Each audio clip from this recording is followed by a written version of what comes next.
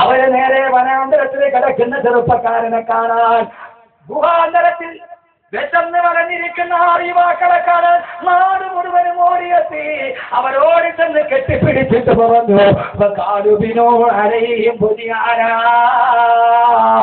ഇവര് നാടിന്റെ സുഹൃതമാണ്, ഇവര് നമ്മുടെ നാടിന്റെ അനുഗ്രഹമാണ്, ഇവർക്ക് വേണ്ടി ഒരു സ്മാരകം ഉണ്ടാക്കണം, ഇവർക്ക് വേണ്ടി ഒരു സ്മാരകം ഉണ്ടാക്കണം. എന്തിനാണ് ആർക്കെങ്കിലും വേണ്ടി കുടൽമാറുകൾ ഒപ്പിരിച്ച് തീർക്കെടുത്തിട്ട് നിന്റെ പേര് കമുകിന്റെ പോള ചെത്തിയിട്ട് വീട്ടിച്ചിട്ടുണ്ടാക്കി മാസാമാസം അവർ ആർക്കെങ്കിലും അവിഹിതം നടത്താനല്ലാതെ അതിന്റെ അപ്പുറത്തേക്ക് ജന്മം എന്താണ് കഴിഞ്ഞത്? എന്താണ് കഴിഞ്ഞത്? ആർക്കൊക്കെയോ വേണ്ടി നിന്റെ ഭാര്യ വിധവയായി, നിന്റെ മക്കൾ യതീമീങ്ങളായി, മറ്റുള്ളവർക്ക് നീ ഒരു വോട്ട് വേണ്ടായി.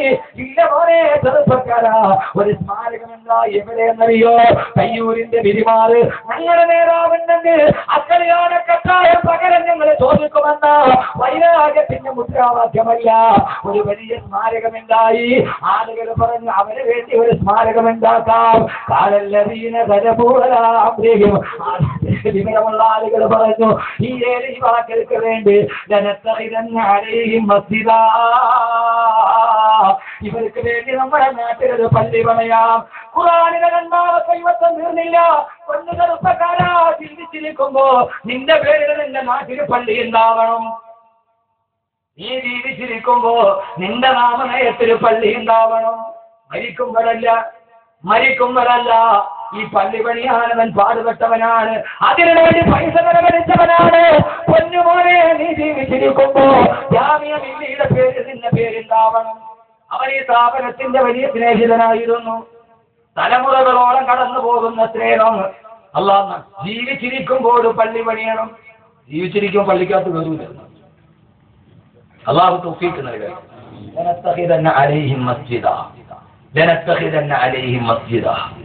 അള്ളാഹു മസ്ജിദ് പണിത് തരട്ടെ. 2ാമത്തെ യുവാവ് തീർന്നില്ല, അടുത്ത കേൾക്കണോ? സമയത്തല്ലോ നമുക്ക് സമയമുണ്ടോ? വേണ്ട.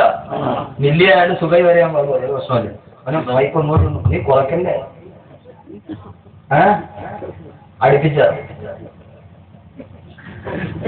ഇതിനടുപ്പിച്ച് ഞാൻ ഇങ്ങനെ സംസാരിച്ച പിന്നെ എന്റെ ചങ്ക് കാണുക. മണി ജോലിയോട് പരിപാടി നമ്മൾ ഞാൻ പലപ്പോഴും പറയില്ല, ഞാനടപ്പുണ്ടോ ഞാനപ്പുണ്ടോ കാണുമ്പോ വലിയ പരിപ്പോ ഇടണ പാടാണെങ്കിൽ പിന്നെ സാധനം കാണുമ്പോ എന്താ പരിപ്പ് മുട്ടക്കിടാന്നുണ്ട് പോലും പരിപാടി ഇത്തിരി വലിയ പ്രശ്നമാണ്. പുള്ളണ പാട് വരുത്ത പറഞ്ഞാലും ഖുർആനിലെ യുവത്വം 2 പേരുന്നുള്ളൂ. ഇല്ല, ഇനി നിങ്ങളുടെ യുവത്വം പറയും. നിങ്ങളാരാവണം? ഞാൻ പറയുന്ന ഖുർആനാണ്. അള്ളാഹു മനസ്സിലാക്കാനുള്ള ബോധം നൽകട്ടെ. The winners don't do different things, they do things differently. ഒരിക്കൽ ശിവകാരിയുടെ പ്രശസ്തമായ ഒരു വാക്യമുണ്ട്, The winners don't do different things, they do things differently. കുഞ്ഞുമുസ്ലിയാർ ഓർക്കാം, കുഞ്ഞുമുസ്ലിയാരൊക്കെ ഇംഗ്ലീഷ് പഠിച്ചു. എന്റെ സീനിയറായിട്ട് പോയി ഒരേ സ്ഥാപനത്തിൽ വെച്ചാളാ. അത് ഞാൻ മലയാളം നന്നായിട്ട് എഴുതില്ല. The winners don't do different things, they do things differently. ശിവകാരിയുടെ പ്രശസ്തമായ വാക്യമാണ്. ഒരാൾ വ്യത്യസ്തമായ കാര്യം ചെയ്യുമ്പോഴല്ല വിജയിയാകും, അവൻ കാര്യങ്ങൾ വ്യത്യസ്തമായി ചെയ്യുമ്പോൾ. ഒരാൾ വ്യത്യസ്തമായ കാര്യം ചെയ്ത വിജയിയാവും. ഒരു കാര്യം വ്യത്യസ്തമായിട്ട് അവനങ്ങ് ചെയ്യും. ഇപ്പൊ ചന്ദ്രൂർ പള്ളിയിൽ പോയി ജുമയ്ക്ക് ഇമാം തക്ബീർ വന്നു, അള്ളാഹു എല്ലാവരും ഇങ്ങനെ കഴിയും. അപ്പൊ അവൻ വിജയിക്കും. അവൻ പറയാ എന്നാൽ ഞാൻ ഇച്ചിരി വ്യത്യസ്തമായിട്ട് അള്ളാഹു ഇങ്ങനെ കെട്ടിയാവും വിജയിയാവും?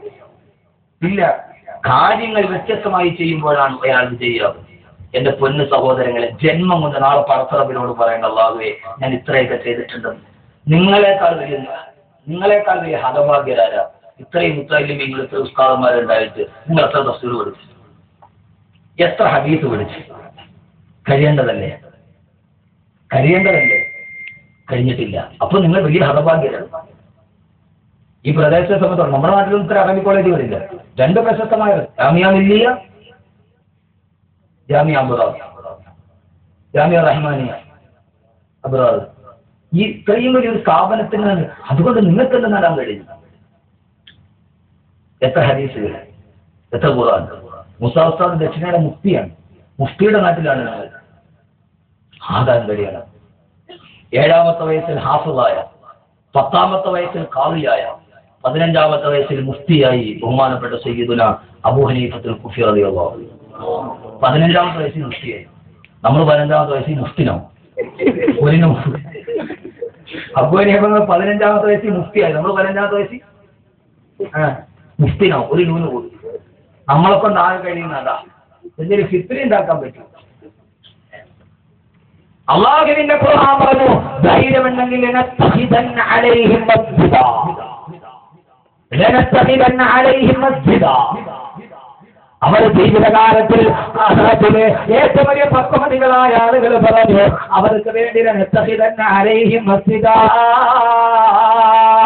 അവർക്ക് വേണ്ടി സുന്ദരമായൊരു ഭവനം പണിയാമെന്ന് ആ നാട് മുഴുവനും വാർത്തയായി. സഹോദരങ്ങളെ, നാടിന്റെ മുക്കിലും മൂലയിലും ആണുങ്ങളും പെണ്ണുങ്ങളും പറയാൻ തുടങ്ങി. ആരെക്കുറിച്ചറിയോ? ആ ചെറുപ്പക്കാരെ കുറിച്ച്. നാടിന്റെ മുക്കിലും മൂലയിലും 4 പേര് കൂടുമ്പോ അവര് ചർച്ചയായി എന്തെന്നറിയുമോ? ആളുകൾ പറയാൻ തുടങ്ങിയവര് 3 പേരേ ഉള്ളൂ. 4-ാമത്തെ ആൾ അവർക്ക് കാവൽ പോയ നായയാണ്. ചരിത്രത്തിന്റെ വിരോധാഭാസം അവിടെയല്ല. ആ 7 യുവാക്കൾക്ക് കാവൽ നിന്ന് നായ കുട്ടിപോലും 7 പ്രാവശ്യം തൊട്ടാൽ വെള്ളം കൊണ്ട് കരുതേണ്ട, 1 പ്രാവശ്യം മണ്ണ് കൊണ്ട് തുടക്കേണ്ട പട്ടിക്കുട്ടി പോലും 7 യുവാക്കളുടെ കൂടെ കൂടിയപ്പോ നായക്കുട്ടി പോലും സ്വർഗത്തിലായി പോയി. അവരാരെന്നറിയുമോ? കൂടെ കൂടിയത് മനുഷ്യനല്ല, ഒരു നായക്കുട്ടിയാണ് കൂടെ കൂടിയത്. അതുപോലെ സ്വർഗത്തിലേക്കുള്ള വഴി കാണിച്ചു കൊടുത്തു. എന്റെ പൊന്നു ചെറുപ്പക്കാരാ, കൂടെ നടന്നവനെയും പഠിപ്പിച്ചു, നീയും പഠിച്ചു. ആരും മുറിഞ്ഞുമായി നീയും പഠിച്ചു, കൂടെ നടന്നവരെയും പഠിപ്പിച്ചു. എന്നല്ലാതെ കൂടെ നടന്ന പട്ടിക്കുട്ടിയെ പോലെ സ്വർഗത്തിലേക്ക് വഴി കാണിച്ചു. ആരെന്നറിയുമോ? 7 യുവാക്കൾ നാട്ടിലെ ആണും പെണ്ണും പറയാൻ തുടങ്ങി. അവര് 3 പേരാണ്, 4-ാമത്തേത് നായയാണ്. ചില ആളുകൾ പറഞ്ഞ് 6 പേരുണ്ട്, ചിലർ പറഞ്ഞ് 8 പേരുണ്ട്. ആ ചെറുപ്പക്കാരാ നാട്ടിലെ ചർച്ചാ വിഷയമായി. ആളുകൾ പറഞ്ഞ് അവരാണ് പോകുന്നത്. എന്റെ പൊന്നു ചെറുപ്പക്കാരാ, നിന്നെയും ഈ നാട്ടിലെ ഏറ്റവും വലിയ ചർച്ചാ വിഷയം നീയാണ്. റോഡിലൂടെ പോകുമ്പോ നിന്നെ കുറിച്ചും ആളുകൾ പറയും പെണ്ണുപിടിയൻ, കള്ളുകുടിയൻ, പലിശക്കാരൻ, ചീട്ടടിക്കാരൻ. അല്ല സഹോദരങ്ങളെയല്ല, ഒരൊറ്റ ജന്മം കൊണ്ട് അവരനാമം സിദ്ധിക്കണം, ഒരൊറ്റ ജന്മം കൊണ്ട് അവരനാമം സിദ്ധിക്കണം. മൊത്തമല്ല അപരനാമം എന്താകണം ചെറുപ്പക്കാരല്ല. ഇന്ന് പത്രം മുഴുവൻ റഫീഖാണ്. എല്ലായിടത്തും സുനിയാണ് സുനി. അവൻ 1000 വരട്ട പേര്. പരപ്പനെന്നല്ല, പിശാചി എന്നല്ല, കമ്മാരി എന്നല്ല, ബഹുമാനപ്പെട്ട ഉപതിരകാങ്കണത്തിൽ അല്ലാതെ റസൂലിന്റെ നേരെ അമ്പ് പാഞ്ഞു വന്നപ്പോ ആ അമ്പിന്റെ നേരെ നെഞ്ചും വിരിച്ചിട്ട് ചരിത്രത്തിന്റെ ദൗത്യം നടത്തിയ ചെറുപ്പക്കാരൻ നോക്കിയിട്ട് അല്ലാതെ റസൂൽ പറഞ്ഞു, ഓ തൽഹത്തുൽ ഖൈർ, നല്ലവനായ തൽഹ, തൽഹത്തുൽ ഖൈർ, നല്ലവനായ തൽഹ. പങ്കെടുക്കുന്നു. അല്ലാതെ റസൂൽ പറഞ്ഞു, തൽഹത്തുൽ ജവാദ്, സർവിഷ്ഠനായ തൽഹ. അർബാബിന് പങ്കെടുക്കുമ്പോ അല്ലാതെ റസൂൽ പറഞ്ഞു, തൽഹ നീ ആരെന്നറിയോ? തൽഹത്തുൽ ഫയ്യാദ്, വീശിയടിക്കുന്ന കാറ്റ് പോലെ നന്മ ചെയ്യാൻ വേണ്ടി മാത്രം പിറന്ന തൽഹ. സഹോദരങ്ങളെ, നമുക്കുമാകണ്ടേ? ആളുകൾ പറയണം നന്മ ചെയ്യുന്നവൻ, നല്ലത് ചെയ്യുന്നവൻ എന്ന അവരനാമം സൃഷ്ടിക്കാൻ സഹോദരങ്ങളെ നമുക്ക് കഴിയേണ്ടതുണ്ട്. അല്ലാഹു തൗഫീഖ് നൽകി അനുഗ്രഹിക്കുമാറാകട്ടെ. തൽഹയെ നോക്കിയിട്ട് തൽഹത്തുൽ ഖൈർ, തൽഹത്തുൽ ഫയ്യാദ്, തൽഹത്തുൽ ജവാദ്. ഒരൊറ്റ മനുഷ്യന് 3 ഇരട്ട പേര്. നമുക്ക് തൊരപ്പ സുബൈറും നമുക്ക് ഇരട്ട പേരുണ്ട്. എന്ത് ഇരട്ട പേര്? തിരുവനന്തപുരത്ത് ഫോർട്ട് പോലീസ് സ്റ്റേഷൻ ഉണ്ട്. ഫോർട്ട് പോലീസ് സ്റ്റേഷൻ നമ്മുടെ ഉദയകുമാറിനെ ഉരുട്ടിക്കൊന്ന ഫോർട്ട് പോലീസ് സ്റ്റേഷൻ. ഞാൻ അവിടെ ഒരിക്കൽ പോയി കമ്മീഷണർ വിളിച്ചത്. വെറുതെ ചുമ്മാ, നിങ്ങൾ എന്നെ തീവ്രവാദികളാക്കരുത്. ഞാൻ ജുമാ നിസ്കരിക്കാൻ വേണ്ടി കൈവെട്ടി. കള്ളന് ജുമാ ഇല്ലല്ലോ. അവ എന്റെ റൂം കൊടുത്ത് എന്റെ ബീഫ് കേസ് എടുത്തുകൊണ്ട് പോയി. അപ്പൊ അങ്ങനെ കേസ് വന്നപ്പോ ഞാൻ അടുത്ത വെള്ളിയാഴ്ച വരുമ്പോ കമ്മീഷണർ വിളിച്ചിട്ടൊന്ന് മൊഴിയെടുക്കാൻ വേണ്ടി വന്നത്. അങ്ങനെ അവിടെ പോയി ഫോർട്ട് പോലീസ് സ്റ്റേഷൻ. ഇപ്പോഴും നിങ്ങൾക്ക് പോയാൽ തന്നെ കള്ളം പറയണല്ലോ. അവിടെ പോലീസ് സ്റ്റേഷന്റെ ഒക്കെ ഫ്രണ്ടിലെ ഭിത്തിയിൽ ആ നാട്ടിലെ ബഹുമാനപ്പെട്ട ആളുകളുടെ ഒക്കെ ഫോട്ടോ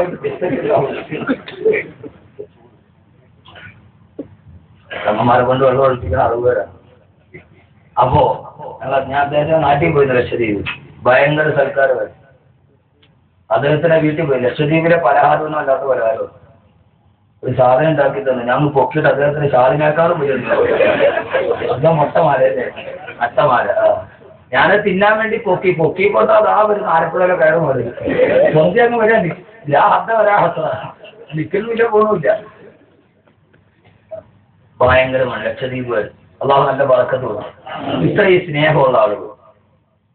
ഞാൻ അവിടെ ഇദ്ദേഹത്തിന്റെ നാട്ടിലകത്തി അമ്പലത്തിൽ ഞാൻ വാതിന് പോയി. അവിടെ പോയിട്ട് 7 ദിവസം കഴിഞ്ഞപ്പോൾ കപ്പൽ സമരം.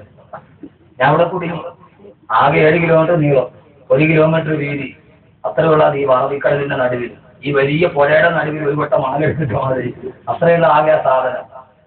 പക്ഷേ ഇന്തോനേഷ്യയിൽ സുനാമി എടുത്തിട്ട് ലക്ഷദ്വീപിൽ സുനാമിയുടെ തിരമാല നോക്കി. കാരണം മഹാന്മാരായ ധാരാളം ആളുകൾ അന്വേഷണം കൊള്ളുന്ന സ്ഥലമാണ് ഉബൈദുള്ള തങ്ങൾ. ആ 1 കിലോമീറ്റർ വീതിയുള്ളൂ, 1 കിലോമീറ്റർ. പക്ഷെ തൊട്ടടുത്ത മാലിയിൽ, ഇന്തോനേഷ്യയിൽ പോലും മാലിയിൽ പോയി സുനാമി അടിച്ചു. ഒരു തിരമാല കരയിലോട്ട് കയറി. സാലിഹ്യങ്ങൾക്ക് വേണ്ടിയാണ് ഈ ലോകം നിലനിൽക്കുന്നത്, റബാദാക്കും വേണ്ടിയല്ല.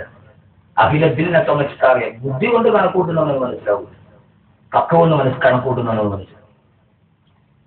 കപ്പല് സമരം എങ്ങനെ വരും? പക്ഷെ ലക്ഷദ്വീപുകാര് നമ്മുടെ ആളുകളെ പോലെ അല്ല. വാതിനോൾക്ക് വാദം കഴിഞ്ഞു, കപ്പലിൽ എനിക്ക് വരാൻ വഴി നിർത്തിയില്ല. നമ്മൾ വാദം കഴിഞ്ഞാൽ പിന്നെ ഖത്തീബിന് നിക്കാതിന് അങ്ങോട്ട് പോകുമ്പോൾ കാറിൽ കൊണ്ടു, ഇങ്ങോട്ട് വേണം കപ്പലിന്റെ അല്ലേ? അങ്ങോട്ടൊന്ന് ഹലാലാക്കി കിട്ടാൻ വേണ്ടി ഇവിടെ നിൽക്കാൻ കാറ് വേണം, അങ്ങോട്ട് വന്നു.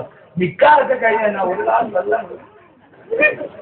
എന്നാൽ നാട്ടിലെ പെണ്ണുങ്ങളെ കവിട്ടി മതിച്ചിട്ടാണ് ഓഡിറ്റോറിയത്തിന്റെ തിക്കിലും തിരക്കിലും പെട്ട ഖത്തീബ് വഫാത്തായതിന് ആ കഴിച്ച് തുക്കം തിര കാണിച്ചു. ഒരു മനുഷ്യനെ ഓഡിറ്റോറിയത്തിൽ ഒരു കേട്ട ഭക്ഷണം കഴിക്കാൻ പറ്റും. ഇനി ഞാൻ കല്യാണത്തിൽ പങ്കെടുക്കുമ്പോൾ എടുത്ത് ചവിട്ടി താഴെ. അവരെ അപൂർവമായിട്ട് കവാലത്തിന് മക്കാത്തി കിടന്നപ്പോൾ ചവിട്ടിയിട്ട് പോയാൽ മാതിരി ഇത് തിന്നാൻ ചവിട്ടിയിട്ട് പോയോ? അവരങ്ങനെയല്ല. അവിടെ നിന്ന് ഹെലികോപ്റ്റർ വിളിച്ച് നേരെ കവരത്തി ഇറക്കി, കവരത്തിൽ നിന്ന് ഹെലികോപ്റ്ററിൽ അകത്തിയത്. ആ ഹെലികോപ്റ്റർ എന്ന് പറഞ്ഞാൽ കുമ്പി മാറിയിരുന്ന സാധനമില്ലേ, അറബിക്കടലിന്റെ മുകളിൽ കൂടെ ഒരു പോക്ക് പോയി. ഞാൻ 25 മിനിറ്റ് കൊണ്ട് ഞാൻ കാണാതെ വിളിച്ച പുറം മുഴുവൻ. ആ യാത്ര മറക്കാൻ പറ്റില്ല. ഹെലികോപ്റ്ററിൽ കടലിന്റെ മുകളിൽ കൂടെ പോയൊരു യാത്ര പുറത്തുമ്പോഴാണ്. നേരെ പോയി അകത്തി ഇറങ്ങി. അകത്തി ഇറങ്ങിയപ്പോഴോ ഫ്ലൈറ്റ് വന്നിട്ട് ലാൻഡ് ചെയ്യാണ്. ആകെ അകത്തി 2 കിലോമീറ്റർ ഉള്ളൂ. എയർപോർട്ടിൽ നിന്ന് ഫ്ലൈറ്റിംഗ് കൊണ്ട് ലാൻഡ് ചെയ്യണം. ഞാൻ ഇന്ന് പടച്ചോടി എന്റെ ബ്രേക്ക് എങ്ങാനും കിട്ടില്ല, നേരെ കടലിൽ. എയർപോർട്ടിൽ ഫ്ലൈറ്റ് എങ്ങാനും ബ്രേക്ക് കിട്ടിയില്ല, നിന്നില്ല, അവിടെ ലാൻഡ് ചെയ്തില്ല, നേരെ കടലില്ല. കാരണം കരയില്ല. അത്രയും നല്ല നാടാണ്. നല്ല സ്നേഹമുള്ളവരാണ് അവിടുത്തെ പെണ്ണുങ്ങൾ. ഞാൻ അവിടെ വാതിന് പോയിട്ട് 6 നേരമാണ് ഭക്ഷണം. അത് കഴിഞ്ഞെടുത്ത് മതിന് കഴിഞ്ഞ പലഹാരം. കാരണം ഖത്തീബ് ഉസ്താദിന് എല്ലാ വീട്ടിലും കൊണ്ടുപോകണം, ദുആ ചെയ്യിപ്പിക്കണം. എത്ര പലഹാരം! ഒരു വലിയ ഇത്രയുള്ളൊരു വലിയ തടിയുണ്ട്, അതിനകത്ത് നിറച്ച് പലഹാരം വെച്ചിരിക്കുക പെണ്ണുങ്ങൾ ഉണ്ടാക്കിയിട്ട്. നമ്മൾ തിന്നില്ലേലും കുഴപ്പമില്ല. ഞാൻ ഓർത്ത് പഠിച്ചോനെ ആ പെണ്ണുങ്ങൾ എത്ര സാധനം ഉണ്ടാക്കണം. ഒരതിഥി 1 മാസം താമസിച്ചാൽ അവർക്കൊരു പ്രശ്നമില്ല. നമ്മുടെ പെണ്ണുങ്ങളാ 1 ദിവസം കൊണ്ട് താമസം.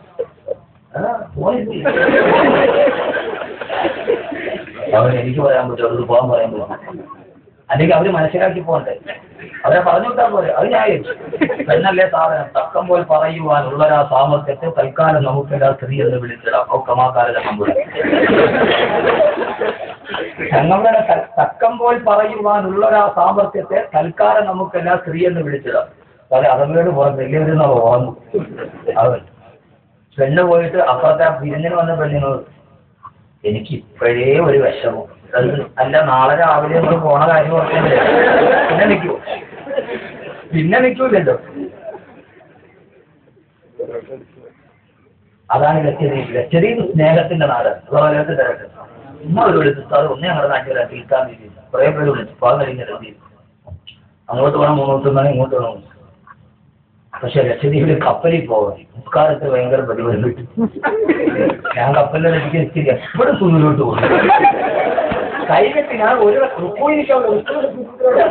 കപ്പലിങ്ങളുടെ നാടുമില്ല.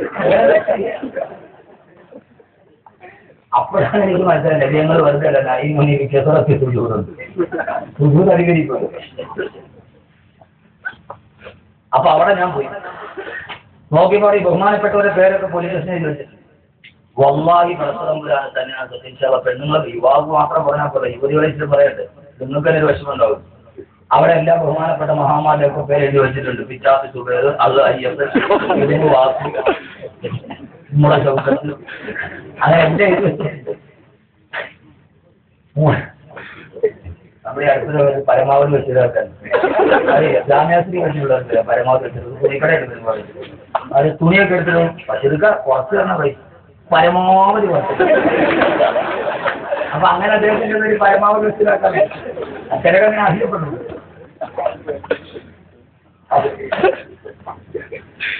അപ്പൊ അവിടെ ഞാൻ നോക്കിയപ്പോ ഇതെല്ലാം ഇതിന്റെ ഇടയില് നല്ല തലയിൽ കട്ടമൊക്കെ ഇട്ടു ഒരു വെളുത്ത മക്കനെയൊക്കെ ഇട്ടു. ഒരു മുടി വെളിയിലില്ല, മുഖം നല്ല വെളുത്ത കട്ടവും മക്കനെയൊക്കെ ഇട്ടു ഒരു താത്താടെ ഫോട്ടോ അതിന്റെ ഇടയിൽ ഇപ്പോഴും തന്നെ മക്കനെയൊക്കെ ഇട്ട് മുഖം ഒരു മുടി വെളിയിൽ കാണാൻ പറ്റില്ല. ഇത്രയും ഇത്രയും അത്രയും തക്കമുള്ള പെണ്ണുകൾ ഇപ്പൂട്ടത്തിൽ കാണില്ല. ഇതിനകത്തൊന്നും കാണില്ല. ഇതൊക്കെ ഇച്ചിരി അവിടെ ഇവിടെ വവ്വാലിന്റെ തൊലിമാരിച്ചിട്ട് അവിടെ ഇക്കടെ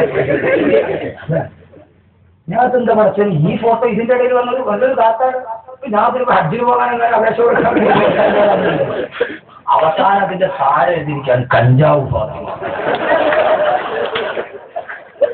ഇത് ഞാൻ വെറുതെ പറഞ്ഞ വാക്കെല്ലാം ആർക്കൊരു സംശയം. തിരുവനന്തപുരം അട്ടക്കുളങ്ങര ദ്വീപിന്റെ മറുഭാഗത്ത് പോത്ത് പോലീസ് സ്റ്റേഷനിൽ ഇപ്പോഴും അതുണ്ട്. അതിന്റെ പേര് കഞ്ചാവ് ഫാത്തിമ. ഇവിടെ തട്ടുവിട്ട് കഞ്ചാവ് വെക്കാൻ.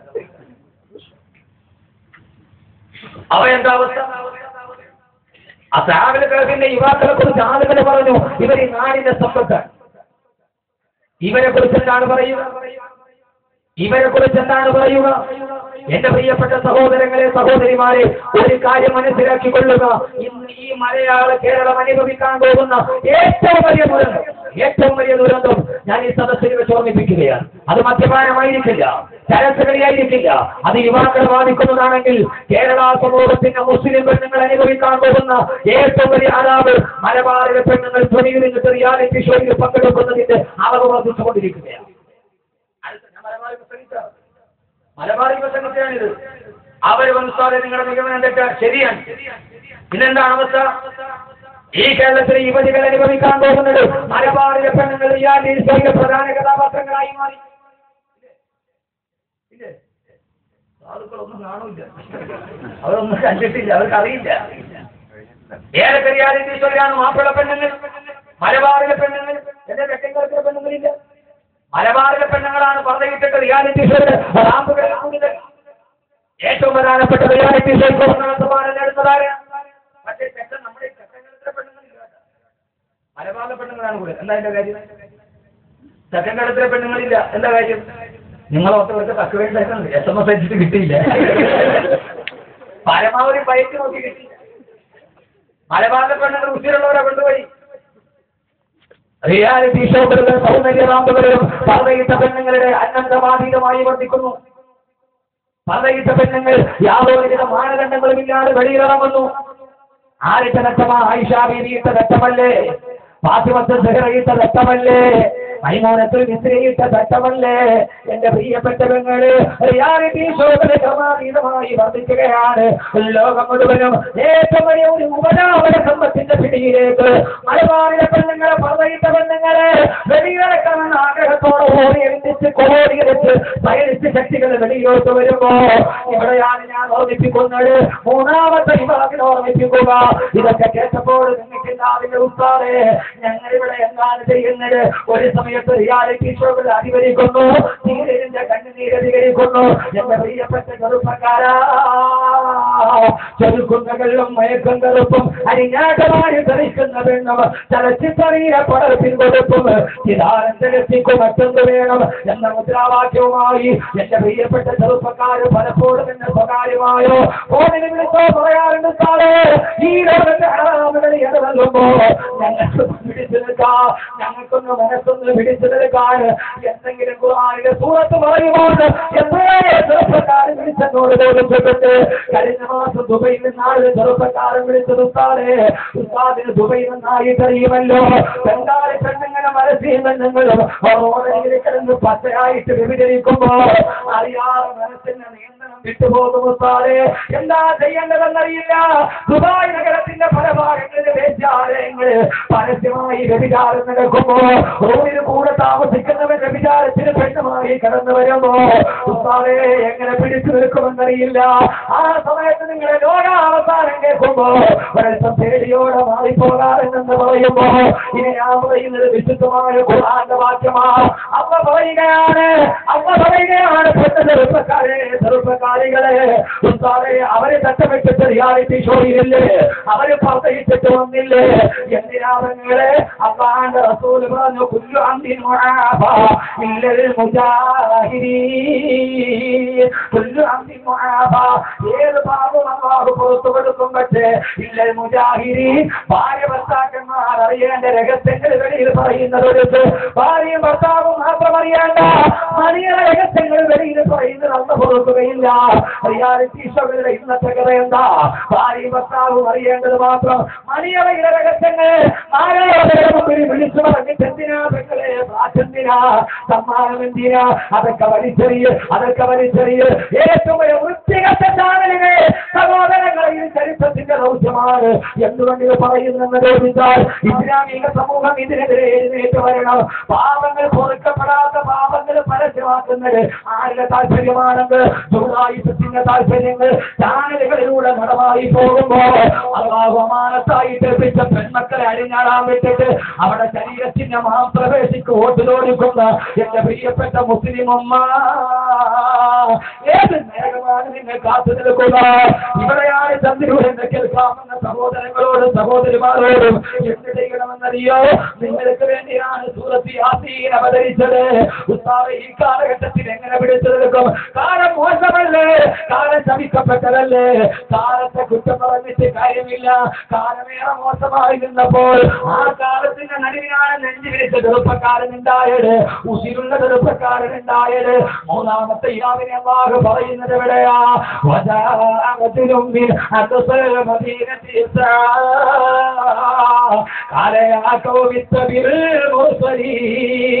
ഇതേവരെ നിങ്ങളോട് ഞാൻ പറയും ഈ ദൗത്യം ഏറ്റെടുക്കാൻ കഴിയണം.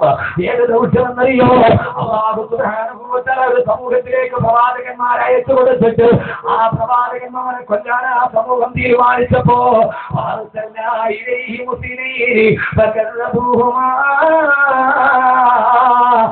പ്രവാചകന്മാരെ കൊല്ലാൻ സമൂഹം തീരുമാനിച്ചപ്പോ അല്ലാഹുവിനനുസരിക്കണം, സ്വർഗ്ഗത്തെ ആഗ്രഹിക്കണം, നരകത്തെ പേടിക്കണം, ഈ സമാന ജീവിതത്തിൽ അവസാനം വരുത്തണമെന്ന് അല്ലാഹുവിന്റെ പ്രവാചകന്മാര് പറഞ്ഞപ്പോ സമൂഹം മുഴുവനും അവരെ കൊല്ലാൻ പോയപ്പോ ആ സമയത്തല്ലേ ധീരതയോടെ ചാടി വീണത്?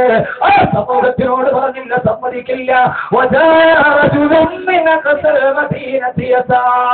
അങ്ങനെ നിന്ന് ഋഷിയുള്ള ചെറുപ്പക്കാരൻ വന്നു. ഒരാൺകുട്ടി പിറന്നു. ആരാ ആൺകുട്ടി എന്നറിയോ? ഓ ചെറുപ്പക്കാരാ, നട്ടൂരിയിട്ട് വാഴപ്പെട്ട് വെച്ചാ പോരാ, ചൂരിയിട്ടാകണം. ഓടി വന്നിട്ട് പറഞ്ഞ ഇല്ല. എന്തിനാ സഹോദരങ്ങളെ അള്ളാഹുവിനെ കുറിച്ച് പറഞ്ഞ ഈ പ്രവാചകനെ കൊല്ലുന്നതെന്താ? ആ മനുഷ്യനായിരുന്ന ബഹുമാനപ്പെട്ട ഹബീബ് നജ്ജാർ റളിയല്ലാഹു അൻഹു. ആരാ ഹബീബ് നജ്ജാർ വന്നതെന്നെവിടെയാ? മദീന, ആ പട്ടണത്തിന്റെ അങ്ങേയറ്റത്ത് താമസിക്കുന്ന ആ ചെറുപ്പക്കാരൻ ഓടി വന്നിട്ട് നാട്ടാരോട് പറഞ്ഞു, നിങ്ങൾ ഈ പറയുന്നത് ശരിയല്ല, നിങ്ങൾ ഈ ചെയ്യുന്നത് ശരിയല്ല. ഇത് അള്ളാഹുവിന്റെ പ്രവാചകന്മാരാണ്, ഇത് അള്ളാഹുവിന്റെ ദീനാണിത്, ഇതിനെ നിലനിർത്തേണ്ടത് നമ്മുടെ കടമയാണെന്ന് പറഞ്ഞു. ആരാ? ഹബീബ് നജ്ജാർ റളിയല്ലാഹു അൻഹു. നിങ്ങൾക്കറിയാൻ പറ്റുമോ സാഹിബ് യാസീനാവാൻ? സാഹിബ് യാസീനാവണം. ഇത് സൂറത്ത് യാസീനാണ്. സാഹിബ് യാസീനാകണം. അല്ലാഹു തൗഫീഖ് നൽകട്ടെ. കാലം അങ്ങോട്ട് പോകുമ്പോ ഇങ്ങോട്ട് നിൽക്കുന്ന ചെറുപ്പക്കാരാവാൻ പറ്റും. ഉസ്താദേ, ഇങ്ങനെയല്ലേ കാലം? ഇന്റർനെറ്റ്, സൈബർ കഫേ, ലോകം മുഴുവനും നശിച്ചു. ഞാൻ ഇതിന്റെ ഇടയിൽ ഒറ്റയ്ക്ക് എന്ത് ചെയ്യുമെന്ന് ചോദിച്ചാൽ എന്റെ പൊന്നു സഹോദരങ്ങളെ, അള്ളാഹ് ഇവിടെ സമൂഹം ഒരു ഭാഗത്ത് ഒറ്റയ്ക്ക് നിന്ന ചെറുപ്പക്കാരന്റെ കഥയാണ് പറയുന്നത്. അല്ലേ പിന്നെ അത് സൂറത്ത് യാസീൻ പറഞ്ഞെന്തിനാ? നമുക്ക് ഈ യാസീൻ എന്തിനാണെന്നറിയോ? പുതിയാപ്പ ഒരുങ്ങാൻ പോവാൻ കാർമോർ അവിടെ ഇരിക്കുന്നു, ഹത്തീം പറഞ്ഞു മക്കളെ ഇറങ്ങാറായ ഇറങ്ങും. എവിടെ നിന്ന് ഇറങ്ങാൻ? അവൻ മുഖത്ത് പൗഡറിട്ട് കുറെ കുഴി വേണം, അതൊക്കെ പൊട്ടിയിട്ട് അടച്ച് തേച്ച് ശരിയാക്കി ഇറങ്ങണമെങ്കിൽ 10 മിനിറ്റ് വേണം. ഒരു 5 മിനിറ്റ് കൂടി എന്നാൽ മുരിയാർ ഒരു യാസീൻ കൂടെ ഓടിക്കൂടി. പുതിയാപ്പിള ഇറങ്ങാൻ 5 മിനിറ്റ് കൊണ്ട് മുരിയാർ ഒരു യാസീൻ കൂടെ ഓടിക്കൂടി. പുതിയാപ്പിള ഇറങ്ങാൻ നേരം തോട്ടം അടയ്ക്കാൻ നമുക്ക് യാസീൻ. നമുക്ക് യാസീൻ പഠിക്കാൻ സമയമില്ല. അവിടെ എന്തിനാ യാസീൻ പറഞ്ഞത്? ആൺകുട്ടി പറഞ്ഞു. ആരാ ആൺകുട്ടി? ആൺകുട്ടിക്ക് ചില അടയാളങ്ങൾ ഇൻഷാല്ലാഹ് പറഞ്ഞുതരാം. ഖുർആന്റെ വചനം തീരുന്നില്ല. ആൺകുട്ടിക്ക് ചില അടയാളങ്ങളുണ്ട്. അല്ലാഹു തൗഫീഖ് നൽകട്ടെ. ആമീൻ പറയും മനുഷ്യന്മാരെ. പഠിത്ത ആൺകുട്ടി ആവണ്ടേ? ആരാൺകുട്ടി? ആരാൺകുട്ടി? സുജൂദിൽ കിടക്കണ ഉമ്മാന്റെ മാരണത്തിൽ പിച്ചാത്തിപ്പിടി കുത്തിക്കയറ്റിയവനല്ല. ആരാൺകുട്ടി? ആൺകുട്ടി ആരാന്ന് ഖുർആൻ പറയുന്നുണ്ട്. അല്ലാഹു തൗഫീഖ് നൽകട്ടെ. ഇൻഷാല്ലാഹ് ഞാൻ പറഞ്ഞുതരാം. നിങ്ങൾ ചെയ്യുമോ?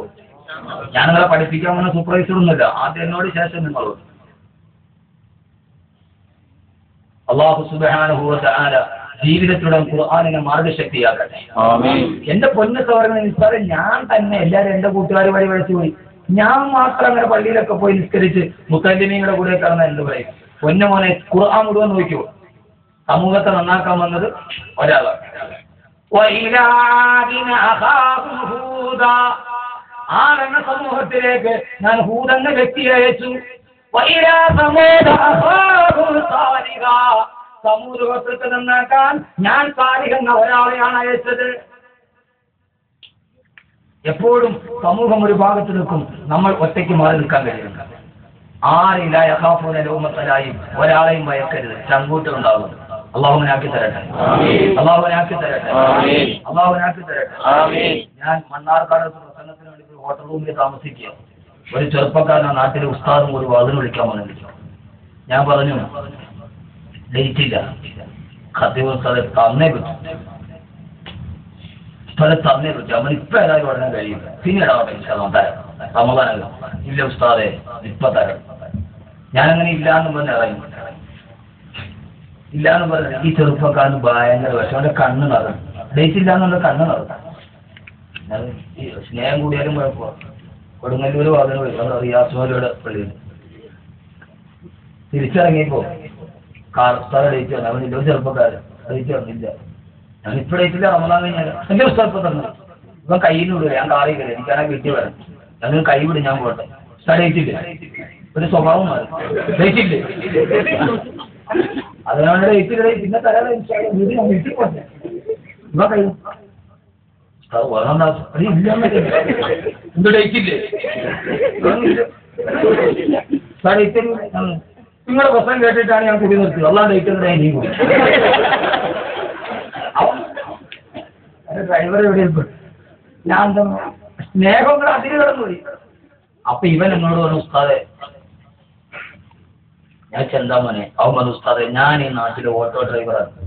ഞാൻ നാളെ 21-22 അവിടെയാണ് പുസ്തകം. Goods auto. ഗുഡ്സ് ഓട്ടോ എന്ന് പറഞ്ഞാൽ അതിനകത്ത് കൊണ്ടുപോകുന്ന ഗുഡ്സ് ബിവറേജ് ഗുഡ്സാണ്. അവൻ പറഞ്ഞു, ഞാൻ അവിടുത്തെ മൊബൈൽ വിദേശ മതി ഷാപ്പ് പോയി ക്യൂവിൽ നിന്ന് മേടിക്കും, കൊണ്ടുവരും, സന്ധ്യയ്ക്ക് ആവശ്യക്കാർക്ക് കൊടുക്കും. ഞാനും കുടിക്കും. അവിടെയുള്ള മുഴുവൻ ചെറുപ്പക്കാർക്ക് ഞാൻ ഓടി നടന്നു കൊടുക്കും. ഇതെല്ലാം കുടിച്ച് ഞാൻ വീട്ടിൽ പോകും. വീട്ടിൽ പോകുമ്പോൾ കുറച്ച് CD മേടിച്ചുള്ളൂ. പെരിന്തൽമണ്ണയിലെ കടയിൽ ഞാൻ പതിവ് പോലെ കള്ളു കുടിച്ചിട്ട് ഇതിങ്ങനെ കൊടുത്ത് എന്റെ ഈ ഉസ്താദ് വന്ന് എന്നെ വിളിച്ചു. ഉസ്താദ് ഞാൻ തെളിവില്ല. ഈ ഹത്തീം നിൽക്കാൻ പറയാം. ഉസ്താദ് ഞാൻ തെളിവിച്ച് ഉസ്താദ് കുടുംബത്തോടെ ഉസ്താദിന്റെ ഭാര്യ മക്കളെ ഞാൻ കേൾക്കുന്നു. എന്നെ നന്നാക്കാൻ ഇവരെ എനിക്ക് സൗകര്യം ഉണ്ടെന്നോ? അവസാനം പെരിന്തൽമണ്ണ കടയിൽ ഇവൻ കള്ളു കുടിച്ചിട്ട് നീലച്ചിത്രത്തിന്റെ CD വാങ്ങിച്ചുകൊണ്ട് വീട്ടിൽ. അവൻ പതിവ് പോലെ വാങ്ങിക്കുന്ന കടയിൽ CD മേടിക്കാൻ പോയി. അപ്പൊ അവനോട് പറഞ്ഞ പതിവ് CD എന്നും വാങ്ങിക്കുന്ന തരാൻ പറഞ്ഞു. രാജ്യപ്പടിമാരിയാണ് തരാൻ പറഞ്ഞു. അയാൾ വന്ന് ഞാൻ ആ കച്ചവടം നിർത്തി. ഇവൻ ഞാൻ അവനെ തെളിവിച്ചു. കള്ളിൽ നിൽക്കല്ലേ?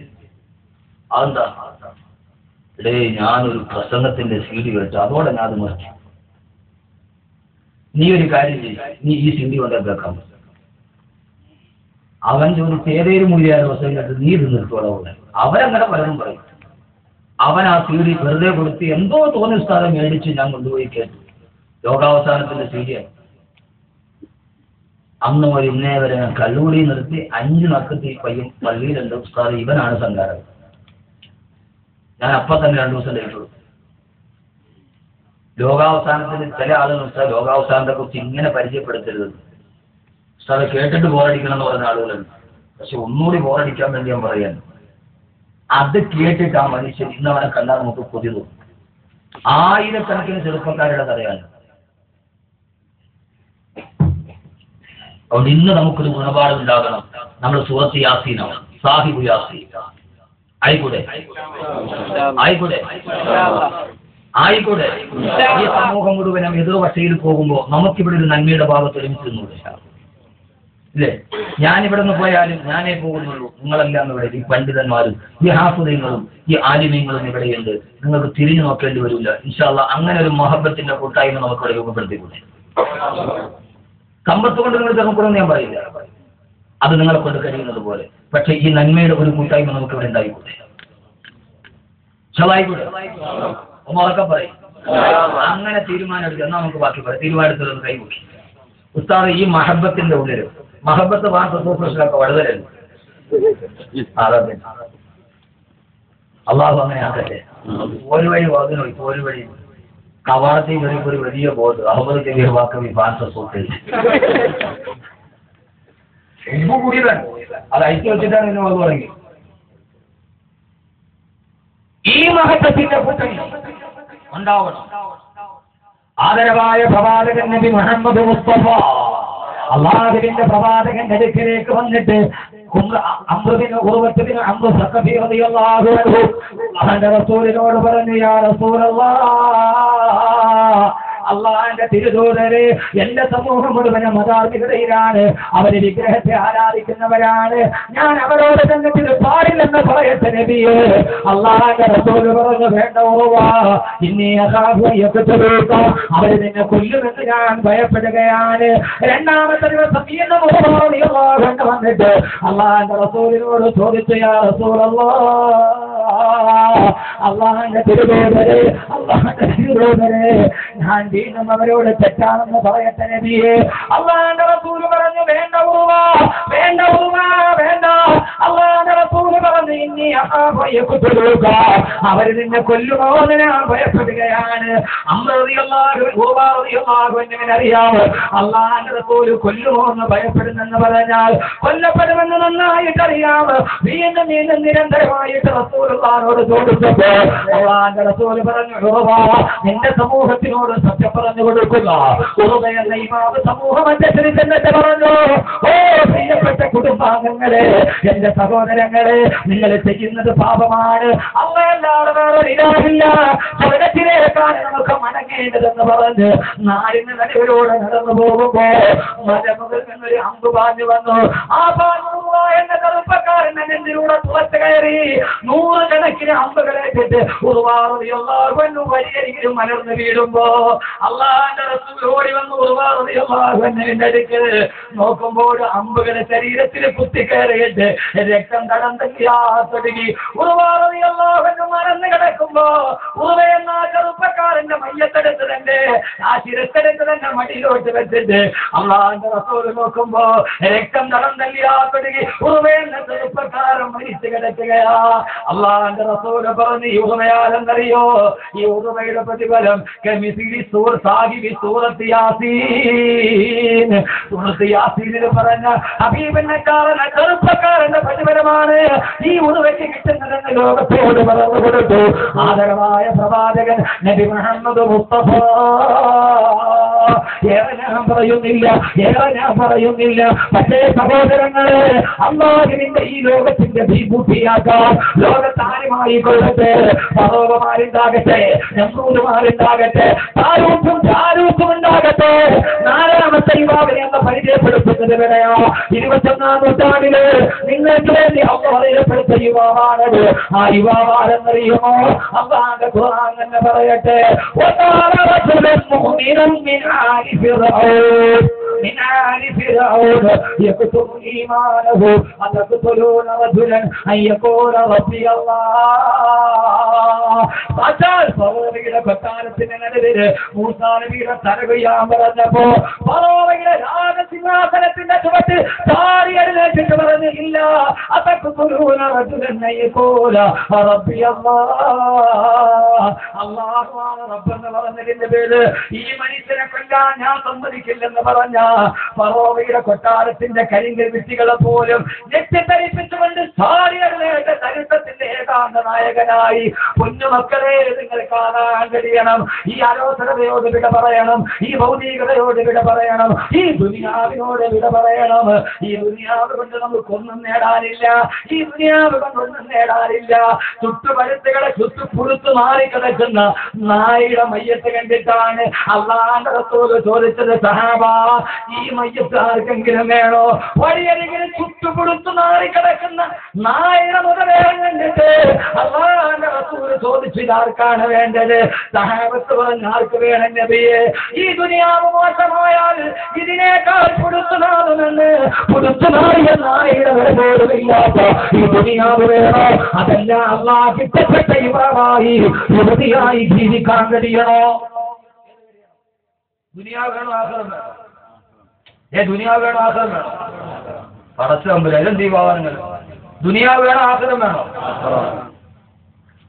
മിണ്ടാതെ മറുപടി പറയണ്ടേ? രണ്ടാമതൊരു ചോദ്യം എന്തിനാണ്? തൊലിവെളുത്ത പെണ്ണിനെ, തൊലിവെളുത്ത സുന്ദരി പെണ്ണിനെ ഒരു ഭാഗത്ത് നിർത്തിയിട്ട് സ്വർണത്തിന്റെ ദീനാറിന്റെ നാണയവും കയ്യിൽ കൊടുത്ത് ഒരു ഭാഗത്ത് തൂക്കിയിട്ടു അതിന്റെ നടുവിലേക്ക് ഒരു യുവാവിനെ കൊണ്ടുവരപ്പെട്ടു. യുവാവേ, നിനക്ക് ഏത് വേണം? വേണമെങ്കിൽ ഈ സുന്ദരി പെണ്ണിന്റെ കൈ പിടിച്ചിട്ട് ഈ നാണയമായിട്ട് മക്കയിലെ പട്ടുമത്തയിൽ കിടന്നുറങ്ങാം, അതല്ലെങ്കിൽ തൂക്കുമരത്തിൽ കിടന്ന് തൂങ്ങിയാടാം. എന്ത് തിരഞ്ഞെടുത്തു?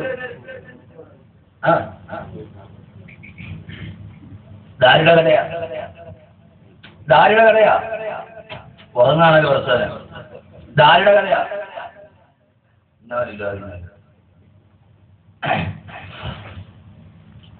സുന്ദരി പെണ്ണിന്റെ കയ്യിലെ നാണയത്തിന്റെ തിടുക്കം കണ്ടപ്പോ ഒരു ഭാഗത്ത് തൊലിവെളുത്ത സുന്ദരി പെണ്ണിന്റെ ചൂരും അനുഭവിക്കുന്ന കിടപ്പ, മറുഭാഗത്ത് തുണിയാടുന്ന തൂക്കുകയറ്.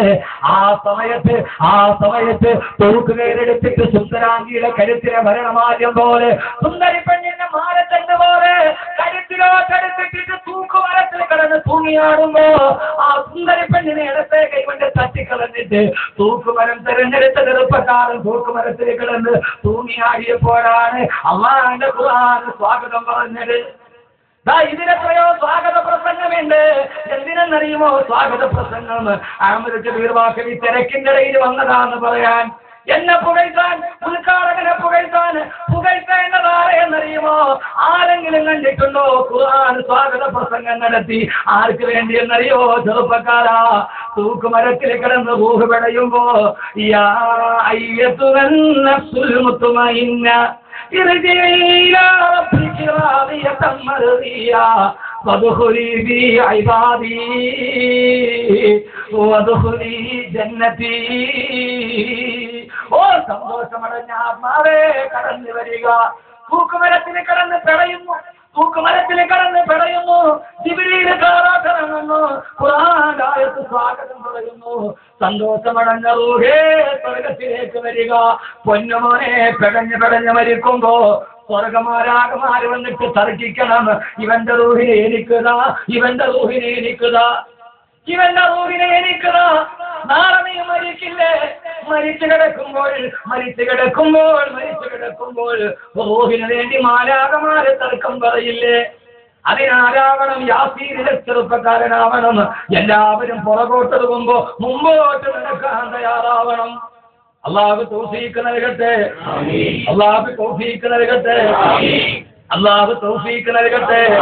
മരിച്ചു കിടക്കുമ്പോൾ ആത്മാവിനെ പിടിക്കാൻ നിങ്ങൾ കടന്നു വരേണ്ടതില്ലേ? ഉസിനെ ഷാദി ചൂടേ തരംഗർ തുമാതാഹെ മേരി കഫൻ ഗോ ഉസീ ദിൻ സെ ജന്നത്ത് കെ ഹോए मुझे झूला बनाए हुए कहते उसने चाबी की चूड़े पहनकर चुमाता है मेरी कफन को ഞാൻ മരിച്ചിട്ട് കിടക്കുമ്പോ സുന്ദര വസ്ത്രം ധരിച്ചിട്ട് എന്റെ ഭാര്യ പൊട്ടിക്കരയുകയാണ്. എന്തിനാണ് പെണ്ണെ കരയുന്നത്? എന്നെ സ്വീകരിക്കാൻ സ്വർഗഭൂരിമാര് വന്നു നിൽക്കുകയാണ്. എന്തിനാണ് കരയേണ്ടത്? പറയണ്ടേ സഹോദരങ്ങളെ, പറയണ്ടേ സഹോദരങ്ങളെ.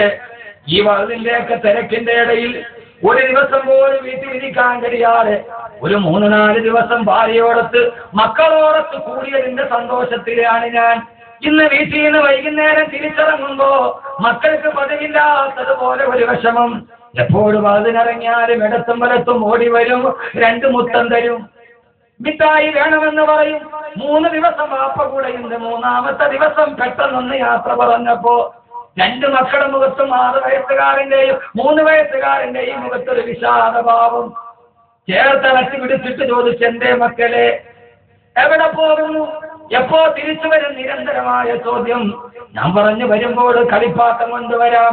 ഇളയവന് വല്ലാത്ത ദുശ്ശാഠ്യം. ഇറങ്ങാൻ നേരത്തിന്റെ ഇടത്തും വലത്തും നിന്ന് 2 മക്കളും കടലിന് മുത്തം നിന്ന് കളിപ്പാട്ടം വാങ്ങിച്ചു തരാമെന്ന് പറഞ്ഞിറങ്ങിയതാണ്. സഹോദരങ്ങളെ, ഭാര്യയോടും പറഞ്ഞു, ചന്ദ്രൂരാണ് വേള്, പെട്ടെന്ന് വേള് കഴിഞ്ഞ് തിരിച്ച് വീട്ടിലെത്തുമെന്ന്. ആർക്കറിയാം വിനീതനായ അഹമ്മദ് കബീർ ബാക്കവി തിരിച്ച് വീട്ടിലെത്തുമോ? അതെല്ലാം 3 വെള്ളത്തുണിയിൽ പൊതിഞ്ഞ മയ്യത്താകുമോ വീട്ടിലെത്തുക? ഞാൻ ഇങ്ങോട്ട് വരികയാണ്, സമയം താമസിച്ചത് കൊണ്ട് എന്റെ ഡ്രൈവർ വലിപ്പ സ്പീഡിലാണ്. കൂടെ എന്റെ ബഹുമാനനായ സുഹൃത്ത് തിരുവനന്തപുരം ജില്ലയിൽ ഉസ്താദിന്റെ പ്രിയപ്പെട്ട ശിഷ്യൻ പ്രവാചകൻ ഹാരിസ് മൗലവി എന്റെ കൂടെയുണ്ട്. ഒരു ആംബുലൻസിന്റെ പുറകെ പിടിച്ച് ഞങ്ങൾ പാഞ്ഞു വരികയാണ്.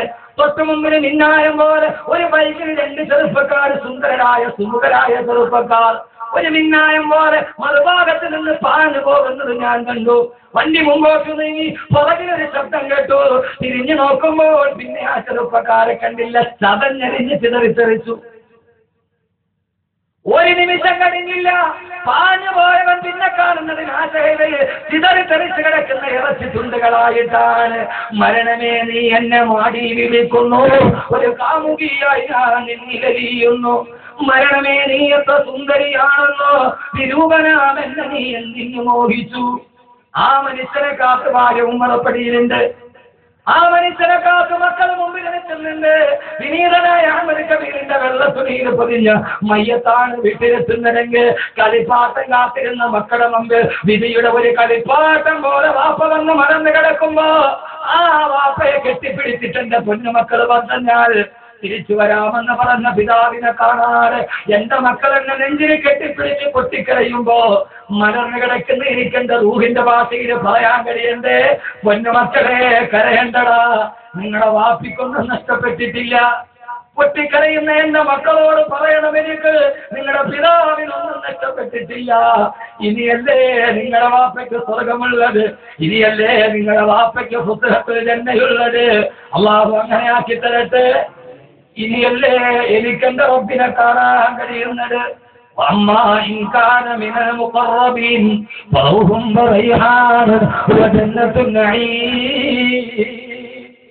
അള്ളാഹുവിനെ അടുത്തനുസരിച്ച് ജീവിച്ചവർക്ക് ഒരു സ്വർഗമല്ല 2 സ്വർഗമാണ്. റൗഹുൻ റൈഹാൻ, അവന് റൗഹുമുണ്ട് റൈഹാനുമുണ്ട്. ജന്നത്തുന്നഈം, അനുഗ്രഹങ്ങളുടെ സ്വർഗവുമുണ്ട്. കാത്തിരുന്ന ഭർത്താവിനെ കാണാറ് നിങ്ങൾക്ക് ആർക്കും കഴിയില്ല എന്റെ ഉമ്മയുടെ അടുക്കൽ ചെന്നിട്ട് അഹമ്മദ് കബീർ മരിച്ചെന്ന് പറയാൻ. നിങ്ങൾക്ക് ആർക്കും കഴിയില്ല എന്റെ ഉമ്മയുടെ അടുക്കൽ ചെന്ന് അഹമ്മദ് കബീർ മരിച്ചെന്ന് പറയാൻ. കഷ്ടപ്പെട്ട് വളർത്തിയ പൊന്നുമോൻ എന്റെ ഭാര്യയുടെ അടുത്ത് നിങ്ങൾക്ക് പറയാൻ കഴിയില്ല നിങ്ങളുടെ ഭർത്താവ് മരിച്ചുപോയെന്ന്. കാസർഗോഡ് നിന്ന് വഴുത് കഴിഞ്ഞ് തിരിച്ചാല് പാതിരാത്രിക്ക് ഓരോ മണിക്കൂർ അലാറം വെച്ചെഴുന്നേറ്റ് പൊന്നുമോനെ എവിടെ എത്തി എന്ന് ചോദിച്ച് ഉറക്കത്തിൽ പോലും പിടഞ്ഞെഴുന്നേക്കുന്ന എന്റെ ഉമ്മ, എന്റെ ഭാര്യ മരിച്ചു വെള്ളത്തുണിയിൽ പൊതിഞ്ഞ് കിടക്കുമ്പോ ഭാര്യ കെട്ടിപ്പിടിച്ച് കരയുമ്പോ പറയണ്ടേ, കരയണ്ട, ഇനിയല്ലേ നമുക്ക് സ്വർഗത്തിൽ ഒരുമിച്ച് കൂടാൻ കഴിയുന്നത്, ഇവിടെ വെച്ചല്ലേ നമ്മൾ പിരിയുന്നത്, ഇനിയല്ലേ നമ്മുടെ മക്കൾ എത്തിവീങ്ങളാകുന്നത്, ഇനിയല്ലേ നമ്മൾ തമ്മിൽ കാണാതിരിക്കുന്നത്. നമുക്ക് കാണാം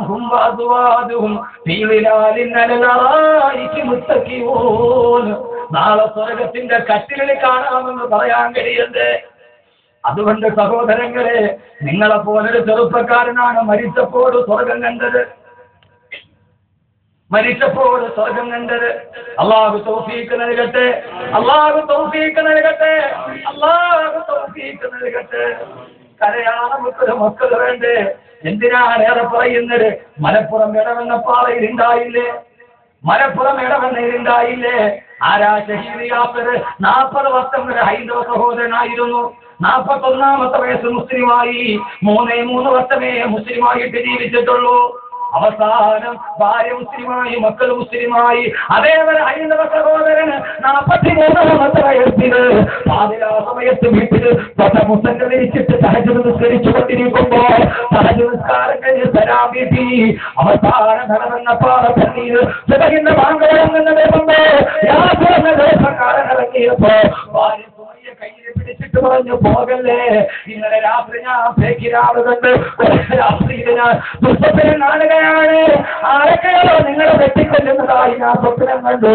അതുകൊണ്ട് നിങ്ങൾ പള്ളിയിൽ പോകണ്ട, നമുക്ക് വീട്ടിൽ ജമാഅത്തായിട്ട് നിസ്കരിക്കാം. എന്റെ മക്കളെ യതീമാക്കല്ലേ, എന്നെ വിധവയാക്കല്ലേ. എനിക്ക് കുടുംബമില്ല, നിങ്ങളല്ലാതെ മറ്റാരുമില്ല. എനിക്ക് പേടിയാന്ന് പറഞ്ഞ് ഭാര്യ കൈ പിടിക്കുമ്പോ ഇത് അവയത്തിയുടെ കഥയല്ല. പൊന്നു പെങ്ങളെ, ഭാര്യ കയ്യിൽ പിടിച്ചപ്പോ ആ സമയത്ത് സുമയ്യ എന്ന ഭാര്യയുടെ കൈ തെറ്റി മാറ്റിയിട്ട്, പൊന്നുമോളെ സുമയ്യ, എന്തിനാ അള്ളേക്ക് ഭാഗ്യം തരുമ്പോൾ നീ ഇത് തടയുന്നത്? എന്തിനാ? അവരെന്നെ വെട്ടിക്കൊന്നാലും ഞാൻ ഷഹീദാവില്ലേ? ഒരു ഷഹീദിന് നാളെ 70 പേരെ സ്വർഗത്തിൽ ശുപാർശ ചെയ്യാമല്ലോ. അങ്ങനെ അല്ലാഹു നാളെ 70 പേരെ ശുപാർശ ചെയ്യാൻ എനിക്ക് അവസരം തന്നാ, പൊന്നുമോളെ സുമയ്യ, ഞാൻ ആദ്യം കൈ പിടിക്കുന്നത് നിന്റെ കയ്യിലായിരിക്കും സുമയ്യ. വിടന്നെ, എന്നെ വീട്. നാളെയുള്ള അവസരം എന്നാൽ ആദ്യം കൈപിടിച്ച് ശുപാർശ ചെയ്യുന്നത് സ്വർഗത്തിലേക്ക് നിന്നെയായിരിക്കും സുമയ്യ. സ്വർഗമെന്ന് കേട്ടപ്പോൾ സുമയ്യ മറന്നു, എല്ലാം മറന്നു. യാത്ര വെളിയിലോട്ടിറങ്ങി. ഇടവെന്ന പാറയിൽ ആക്രോശം മുഴങ്ങി. 14 ഘട്ടങ്ങളായി ദേശീയ പാതയിൽ യാത്ര വെട്ടിമുറിക്കപ്പെട്ടു. സഹോദരങ്ങളെ, കൈകാല് വെട്ടിമുറിക്കുമ്പോ യാത്ര ഒരു ഖുർആനായ തോന്നി. 3 വർഷമേ മുസ്ലിമായിട്ടുള്ളൂ.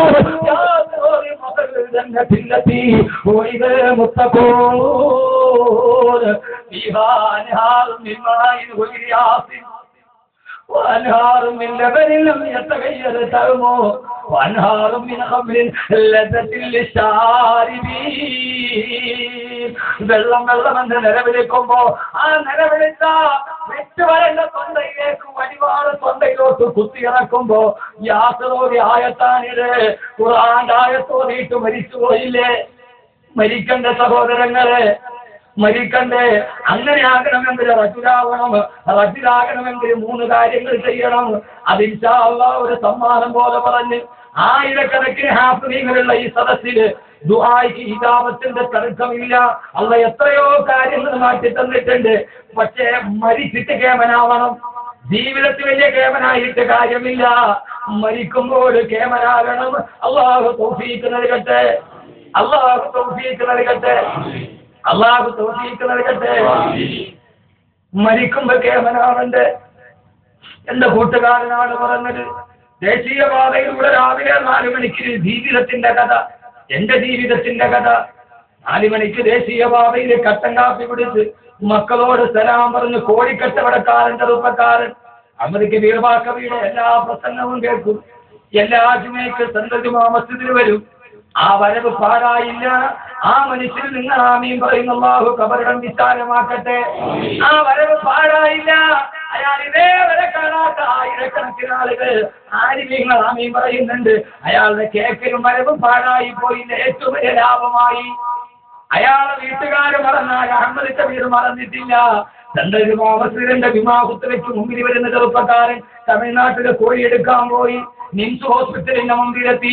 കേബിൾ വയർ റോഡിന് കുറുകെ കിടന്നു. ബൈക്ക് ഓടിച്ചെന്ന് കേബിൾ വയറിൽ ഇടിച്ചു.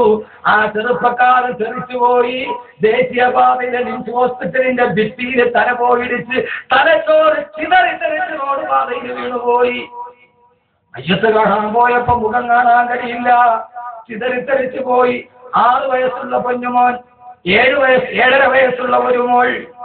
ഉപ്പാന്റെ കബറിടത്തിലേക്ക് പിടിമണ്ണ് വാരിയിടുന്നത് ആ പൊന്നുമക്കള് കണ്ടു നിന്നു.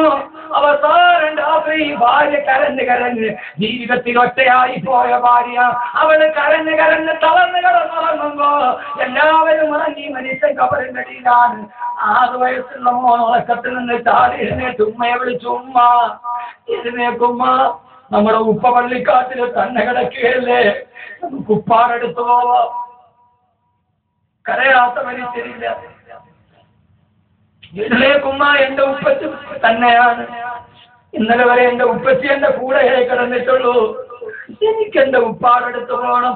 ഉപ്പ കബറിനടിയിൽ തന്നെയാണ്. എഴുന്നേക്കുമ്മ, നമുക്ക് പോകാം. മരിച്ചിട്ട് മണ്ണിന്റെ അടിയിൽ കിടക്കുന്ന നമ്മളെ ഓർക്കുന്ന ഒരു മകനെ വേണ്ടേ? മരിച്ചിട്ട് കേമനാവണ്ടേ? അള്ളാഹു തൗഫീഖ് നൽകുമാറാകട്ടെ. അള്ളാഹു തൗഫീഖ് നൽകട്ടെ. മരിച്ചിട്ട് കേമനായി മാറണം. അള്ളാഹു തൗഫീഖ് നൽകട്ടെ. മരിച്ചിട്ട് കേമനാകുന്നത് എങ്ങനെയാ? ഈ 15 വയസ്സുകാരനെ കടിച്ചെടുത്ത് വന്ന നാട്ടില് എന്റെ ഉമ്മ, എന്റെ പ്രിയപ്പെട്ട ഉപ്പമാരോട് ഉമ്മമാരോട് അഹമ്മദ് കബീർ ഒരു ദൗത്യം പോലെ ഓർമ്മിപ്പിക്കുകയാണ്. സഹോദരിമാരെ, നിങ്ങളെപ്പോലെ ഉമ്മ പ്രസവിച്ച മകനാണ് ഞാൻ. എന്റെ പ്രിയപ്പെട്ട സഹോദരങ്ങളെ, അങ്ങനെയായി മാറാൻ കഴിയണം. ആറ്റിങ്ങലെടുത്ത് എന്റെ ഒരു സുഹൃത്ത് മരണപ്പെട്ടു പോയി. ഞാൻ എന്റെ പ്രിയപ്പെട്ട സുഹൃത്ത് നൗഷാദ് ബാക്കവിയുണ്ട്. അള്ളാഹു ആരോഗ്യത്തോടെ ദീർഘായുസ്സ് നൽകുമാറാകട്ടെ. 12 വയസ്സുള്ള ഒരു മകനുണ്ട്, ഹാഫിളായ പൊന്നുമോൻ, ഹാഫിളായ മകൻ. മയ്യത്തടക്കി 100കണക്കിന് ആലിമീങ്ങൾ മയ്യത്ത് നിസ്കരിക്കാനുണ്ടായി. ഒരു സാധാരണക്കാരി പെണ്ണ് ഒരാലിമിന്റെ ഭാര്യയായപ്പോ 32ാമത്തെ വയസ്സിൽ ആ പെണ്ണ് മരിച്ചു. മയ്യത്ത് നിസ്കരിക്കാൻ 100കണക്കിന് ആലിമീങ്ങൾ മയ്യത്ത് നിസ്കരിച്ച് കബറിൽ മണ്ണിട്ട് മൂടി. എല്ലാവരും ഇറങ്ങി വന്നു. 12 വയസ്സുള്ള ഈ മോൻ മാത്രം കബറിന്റെ അടുക്കൽ നിന്നു. സഹോദരങ്ങളെ, അവസാനം എല്ലാവരും നോക്കുമ്പോ 12 വയസ്സുള്ള പൊന്നുമോൻ പൊട്ടിക്കരയുന്നുണ്ട്. എല്ലാം കഴിഞ്ഞവൻ നേരെ ഉമ്മയെ കബറടക്കിയ പള്ളിയുടെ അകത്തിലേക്ക് ഒതുവെടുത്തു. കാലുകിടങ്ങി ഒതുവെടുത്തു. പള്ളിയിൽ കയറി ഇരുന്നിട്ട് ഖുർആൻ എടുത്തിട്ട് ഓടാൻ തുടങ്ങി. ഞങ്ങൾ വിചാരിച്ചു ഈ കുഞ്ഞിന്റെ മാനസിക നില തെറ്റിയോ. ഉമ്മ മരിച്ചപ്പോഴോ കണ്ട വിഷമം 25 മിനിറ്റ് കഴിഞ്ഞപ്പോൾ ആ കുട്ടി വെളിയിലോട്ടിറങ്ങി. കൽബ് കാണാൻ കഴിയുന്നവരോട് അവസാനം ആ കുഞ്ഞുമെല്ലെ ഇറങ്ങി. അവിടെ കൂടിയ 100കണക്കിന് ആളുകൾ നോക്കുമ്പോ ആ കുഞ്ഞു നേരെ ഉമ്മാന്റെ കബറിന്റെ അടുക്കൽ വന്ന് കൈയൊത്തിയിട്ട് കരഞ്ഞു ദുആ ചെയ്യാൻ തുടങ്ങി. ഞാനാണ് ഓടിച്ചെന്ന് ആ കുഞ്ഞിനെ പിടിച്ചിട്ട് ചോദിച്ചു, മോനെ എന്ത് പറ്റി നിനക്ക്? ഇന്ന് വാന്ന് പറഞ്ഞ് ചാരത്തെടുക്കുമ്പോ ആ സമയത്താണ് ഞാൻ എന്റെ പ്രസംഗത്തിന്റെ വില തിരിച്ചറിഞ്ഞത്. കബീർ സാറേ, 3 വർഷം മുമ്പ് നിങ്ങൾ ഇവിടെ വേദന വരുമ്പോ ഹാഫിളീങ്ങളുടെ പ്രതിഫലം പറഞ്ഞപ്പോ എന്റെ ഉമ്മ കയ്യിൽ കിടന്നൊരു വളവൂരി തന്ന് എന്റെ മുസ്ലിയാരായ വാപ്പ സദക്ക നൽകിയിട്ട് പള്ളിക്ക് വേണ്ടി 4666 സദക്ക പറഞ്ഞു. അങ്ങനെ ഞാൻ ഹാഫിളാക്കണമെന്ന് നിങ്ങൾ പറയണ കേട്ടിട്ട് വിട്ടതാണ്. ഞാൻ 3 ദിവസം മുമ്പ് ഖുർആൻ മുഴുവൻ ഹാഫിളായി. എന്റെ ഉമ്മ എന്നെ കെട്ടിപ്പിടിച്ചിട്ട് പറഞ്ഞു, മോനെ നീ നാളെ സ്വർഗത്തിൽ എനിക്കൊരു കിരീടം തന്നല്ലോ എന്ന്. എന്റെ ഉമ്മ ഇന്ന് മരിച്ചു കിടക്കുകയാണ്. എന്റെ ഉമ്മയ്ക്ക് വേണ്ടി ഞാൻ ഒരു ഖുർആൻ ഒരു പള്ളിയിലിരുന്ന് അത് ഞാൻ എന്റെ ഉമ്മാന്റെ കബറിടത്തിൽ ഹദിയ ചെയ്തതാണെന്ന് പറഞ്ഞു. ബഹുമാനപ്പെട്ട ആ ആലിമിന്റെ ഭാര്യയുടെ മകൻ. സഹോദരങ്ങളെ, മരിച്ചു കിടന്നാൽ ഓർമ്മ ഹാരിസ് ആ മനുഷ്യനെ ഒരു സാധാരണ ആലിമാണ്. അദ്ദേഹത്തിന്റെ ഭാര്യയാണ്. സഹോദരങ്ങളെ, മരിച്ചു കിടന്നാൽ മണ്ണിന്റെ മുകളിൽ ദുആ ചെയ്യാൻ ഒരു ഹാഫിള് വേണ്ടേ? ഒരു ഹാഫിളിന് നാളെ 40 പേരെ സ്വർഗത്തിലേക്ക് ശുപാർശ ചെയ്യാം. 40 പേരെ, കുടുംബത്തിലെ 40 പേരെ ശുപാർശ ചെയ്യാം. അല്ലാഹുവേ, നിങ്ങളുടെ മക്കളെ നീ ഹാഫിളീങ്ങളാക്കണേ അല്ലാഹുവേ, ഹാഫിളീങ്ങളാക്കണേ അല്ലാഹുവേ, ഹാഫിളീങ്ങളാക്കണേ തമ്പുരാനേ. അൽഹംദുലില്ലാഹ്, എന്റെ ഒരേ ഒരു ജാപം എന്തെന്ന് ചോദിച്ച ഈ വിനീതൻ എവിടെ വഴക്ക് പറഞ്ഞു അവിടെയൊക്കെ 2 ഹാഫിളീങ്ങൾ ഉണ്ടായിട്ടുണ്ട്. ഒരു സ്ഥലത്തും ഉണ്ടാവാതെ പോയിട്ടില്ല. വടുതലയിൽ ഞാൻ വഴക്ക് പറഞ്ഞപ്പോ എത്രയോ സഹോദരങ്ങളാണ് എന്റെ പ്രിയപ്പെട്ട സഹോദരങ്ങളെ. വടുതലയിൽ ഞാൻ വഴക്ക് പറയുമ്പോ ഈ ഇരിക്കുന്ന മനുഷ്യനാണ്. ഉസ്താദേ, ഉമ്മ മരിച്ചുപോയി, വർഷം 30 കഴിഞ്ഞു. ഉമ്മാന്റെ കാതിൽ കിടന്ന അലിക്കത്ത് എന്റെ കയ്യിൽ തന്നിട്ടാണ് 30 വർഷം മുമ്പ് മരിച്ചുപോയ ഉമ്മയ്ക്ക് ദുആ ചെയ്യാൻ. 30 വർഷം മുമ്പ് മരിച്ച ഉമ്മാന്റെ അരിക്കത്ത് കയ്യിൽ വെച്ചിട്ട് അതിന്റെ സദസ്സിൽ കൊണ്ടുവന്ന നരച്ച മനുഷ്യരെ ഞാൻ ആദ്യം കാണുകയാണ്. നാളെ ഞാനും മരിക്കില്ലേ? നാളെ എന്റെ മുകളിലും മണ്ണിടില്ലേ? ഈ ഭൂമിയിൽ എന്താണ് ബാക്കിയുള്ളത്? പണ്ടങ്ങളും സ്വർണ്ണാഭരണങ്ങളും വരില്ല സഹോദരങ്ങളെ. യുവാക്കളുടെ 3 ഗുണം പറഞ്ഞ് ഖുർആൻ പേരെടുത്ത് പറഞ്ഞ കൊതിപ്പിക്കുന്ന ഒരു യുവാവുണ്ട്. ആ കഥ പറഞ്ഞ് പിരിയുന്നതിന് മുമ്പ് ഒറ്റ നിമിഷം ആഖിറത്തിന് വേണ്ടി ചിന്തിക്കുക. ഇൻഷാ അല്ലാഹ് ജാമിഅ മില്ലിയ ബഹുമാനനായ അബ്ദുള്ള ഉസ്താദുണ്ട്, നൂറുകണക്കിന് ആലിമീങ്ങളുണ്ട്, 24 മണിക്കൂർ ഖുർആൻ ഓതുന്ന ഹാഫിളീങ്ങളുണ്ട്. കുട്ടികൾക്ക് കിടക്കാൻ പോലും സ്ഥലമില്ല. അതിന്റെ 2ാം നില ഒന്ന് വെക്കണം. മുത്തഅല്ലിമീങ്ങൾക്ക് കിടക്കണം. അവരെ കിടന്നിട്ട് ദുആ ചെയ്താൽ നിങ്ങൾ എവിടെ ഇരുന്നാലും നിങ്ങളുടെ ഖബറിൽ നിങ്ങളുടെ വീട്ടിലും എത്തും. കൂടുതലൊന്നും ഞാൻ ചോദിക്കില്ല. ഖുർആനിൽ 6666 ആയത്തുകൾ, ഉസ്താദെ ഒരു 6666 രൂപ ജാമിഅ മില്ലിയക്ക് വേണ്ടി ഞാൻ വാഗ്ദാനം ചെയ്യുകയാണ്. ഇൻഷാ അല്ലാഹ് എന്റെ മക്കളെ ഹാഫിളീങ്ങളാവണം. നാളെ മരിച്ചാൽ എന്റെ ഖബറിലെത്തണം. ദുനിയാവിന്റെ ഒരു ചിന്തക്കും വേണ്ടിയല്ല. അല്ലാഹുവേ നീ കബൂലാക്കണേ നമ്പുരാനെ. കഴിയുന്ന ആരും അതിൽ നിന്ന് ഒഴിവാകരുത്. അൽഹംദുലില്ലാഹ് അൽഹംദുലില്ലാഹ്. അല്ലാഹു സ്വീകരിക്കുമാറാകട്ടെ. ഒന്ന് തയ്യാറുള്ളവരൊന്ന് കൈവക്കുക. 6666 രൂപ ജാമ്യ ഇങ്ങോട്ട് ജാമ്യ മില്ലിയത്തോട് ഉസ്താദെ ഞാൻ കൊടുത്തേക്കാം. അള്ളാഹുവിന്റെ റസൂൽ എന്തെങ്കിലും പറഞ്ഞാൽ ഉസ്മാൻ റളിയല്ലാഹുവിന് ചാടി എഴുന്നേൽക്കും. അനയാ റസൂലല്ലാഹ്, നബിയെ ഞാൻ തരാൻ നബിയെ. ഉസ്മാൻ റളിയല്ലാഹുവിന്റെ സ്വർഗ്ഗം നൽകി അള്ളാഹു അനുഗ്രഹിക്കട്ടെ. ആരാണ് കൈവക്കി? തക്കബൽ അല്ലാഹു സ്വീകരിക്കട്ടെ. അള്ളാഹു സ്വീകരിക്കട്ടെ. രണ്ടാമത്തെ തക്കബൽ 6660 അള്ളാഹു കബൂലാകട്ടെ. മൂന്നാമത്തെ ഷിഹാബുദ്ദീൻ മലയിൽ ഇതാ എന്റെ അടുത്ത സുഹൃത്താണ്. അള്ളാഹു കബറുടെ വിശാലമാക്കി കൊടുക്കണം. അള്ളാഹു കബറുടെ വിശാലമാക്കി കൊടുക്കണം. ഈ മുത്തഅല്ലിമീങ്ങളെന്ന പറയുന്ന ആളുകളുടെ പേരും അള്ളാഹു കബൂലാക്കട്ടെ. അള്ളാഹു ദൈവത്തിന്റെ കബറുടെ വിശാലമാക്കി കൊടുക്കട്ടെ. 5ാമത് 7 പേര് ആദ്യം പറയും. അർശന്റെ തലവീട്ടുന്ന 7 പേരാ. ഇൻഷാ അല്ലാഹ് ഒരിക്കലും അത് നഷ്ടപ്പെട്ടതാവൂല. മുത്തഅല്ലിമീങ്ങൾ ബാക്കിലോട്ട് കൊടുക്കും. ബാക്കിലും 5ാമത്തെ ഇൻഷാ അല്ലാഹ് 6600 ഇപ്പൊ വാഗ്ദാനം ചെയ്താൽ മതി. പിന്നീട് നിങ്ങളെന്റെ പരിപാടിക്ക് വേണ്ടി ഉസ്താദ് എടുക്കുന്നുണ്ട്. തഖബ്ബൽ അല്ലാഹു ഉസ്താദ് അല്ലാഹു സ്വീകരിക്കട്ടെ. 6ാമത്തെ അൽഹംദുലില്ലാഹ് അല്ലാഹു കബൂലാക്കട്ടെ. 7ാമത്തെ സലാത്തിൽ 7ാമത്തെ സലാത്തിൽ ദുആ ചെയ്യുമ്പോൾ 7ാമത്തെ തഖബ്ബൽ അല്ലാഹു സ്വീകരിക്കട്ടെ. ബുഖാരി മോനവരുടെ പേരെന്ന് എഴുതി എന്റെ അടുക്കലുണ്ട്. ഒരു 3 ആരും എഴുന്നേക്കരുത്. ഹാഫിളീങ്ങളുള്ള സദസ്സാണ്. ആലിമീങ്ങളൊക്കെ നമുക്ക് അവസാനം ഒന്ന് കാര്യമായിട്ട് ദുആ ചെയ്യും. അള്ളാഹു കബൂലാക്കട്ടെ. 19 വർഷമായിട്ട് കുട്ടികളില്ലാത്തവർ ഈ ഒരൊറ്റ നേർച്ച കൊണ്ടുണ്ടായിട്ടുണ്ട്. ആമാശയത്തിൽ ക്യാൻസർ വന്നിട്ട് മൂത്രാശയത്തിലൂടെ വെളിയിൽ പോയ ഒരൊറ്റ ദുആ കൊണ്ട് അള്ളാഹു മാറ്റി. പറയുന്നവന്റെ അല്ല, കേൾക്കുന്നവൻ ധാരാളം ആളുകൾ. ഇതുപോലൊരു സദസ്സിന് ജീവിതത്തിൽ കിട്ടില്ല. 7 പേർ. ഒരു 3 സ്ഥലത്തൊക്കെ സല്ലല്ലാഹു അലാ മുഹമ്മദ്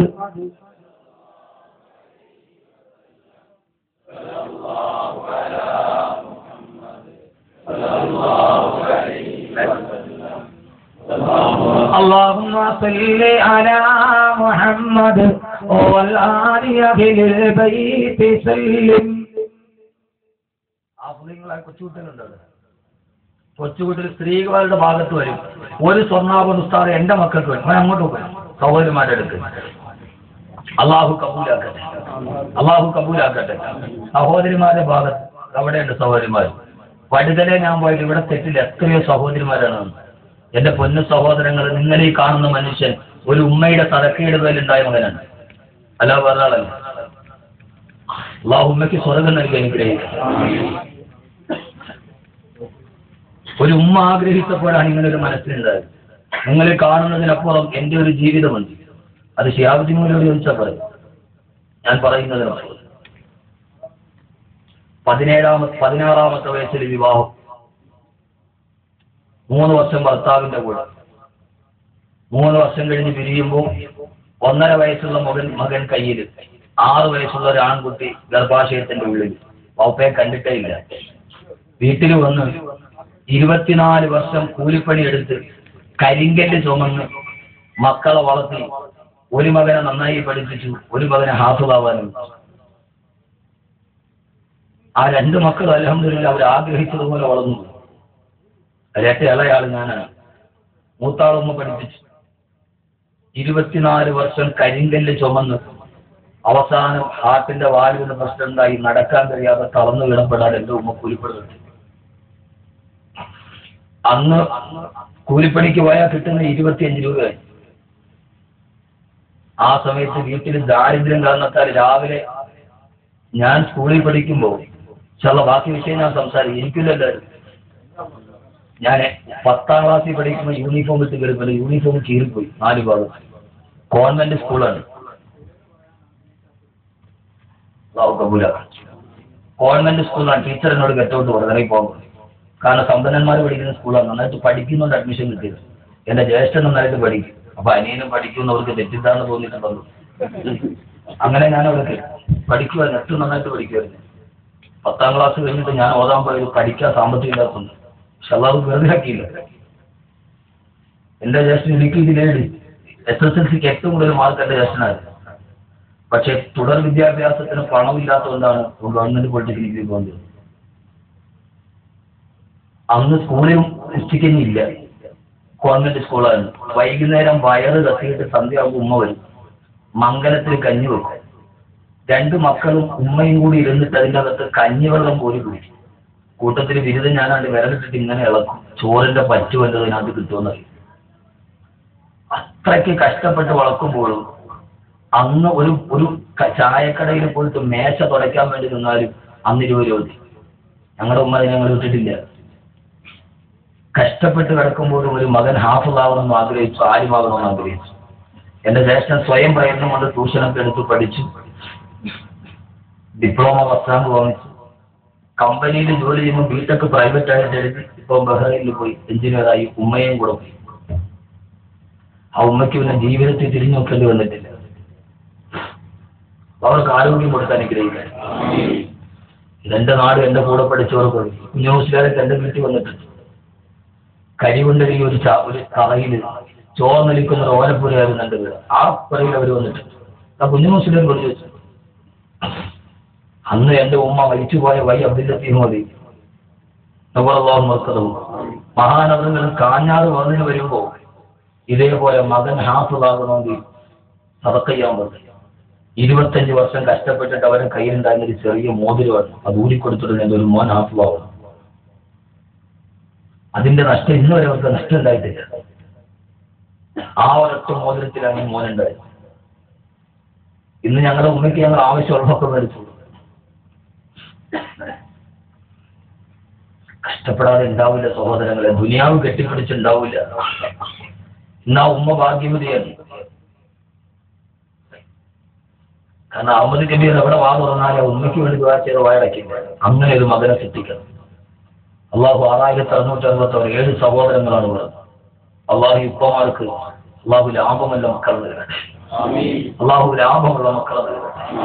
അന്നിൽ അബ്ദുല്ലാസ്താന്റെ മുസാസ്താന്റെ ഉമ്മമാർക്ക് ബാക്കി തിന്നോക്കേണ്ടി വരില്ല. അവരെ ഏറ്റവും വലിയ ഭാഗ്യവന്മാർ.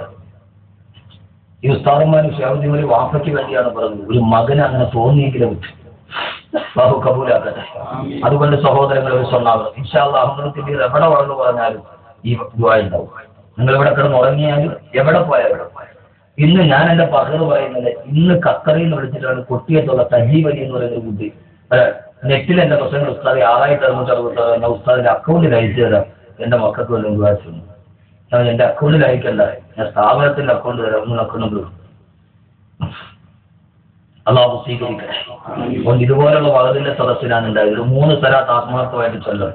ഈ ഒരൊറ്റ സദക്ക കൊണ്ട് അൽഹംദുലില്ലാഹ് 19 വർഷമായിട്ട് ഉൾക്കൊള്ളില്ലാത്തുണ്ടായിരുന്നു. ഏത് കാര്യം മനസ്സിൽ വെച്ചാണോ അൽഹംദുലില്ലാഹ് നടക്കും. അള്ളാഹു സ്വീകരിക്കട്ടെ, അള്ളാഹു സ്വീകരിക്കട്ടെ. സല്ലല്ലാഹു അലാ മുഹമ്മദ്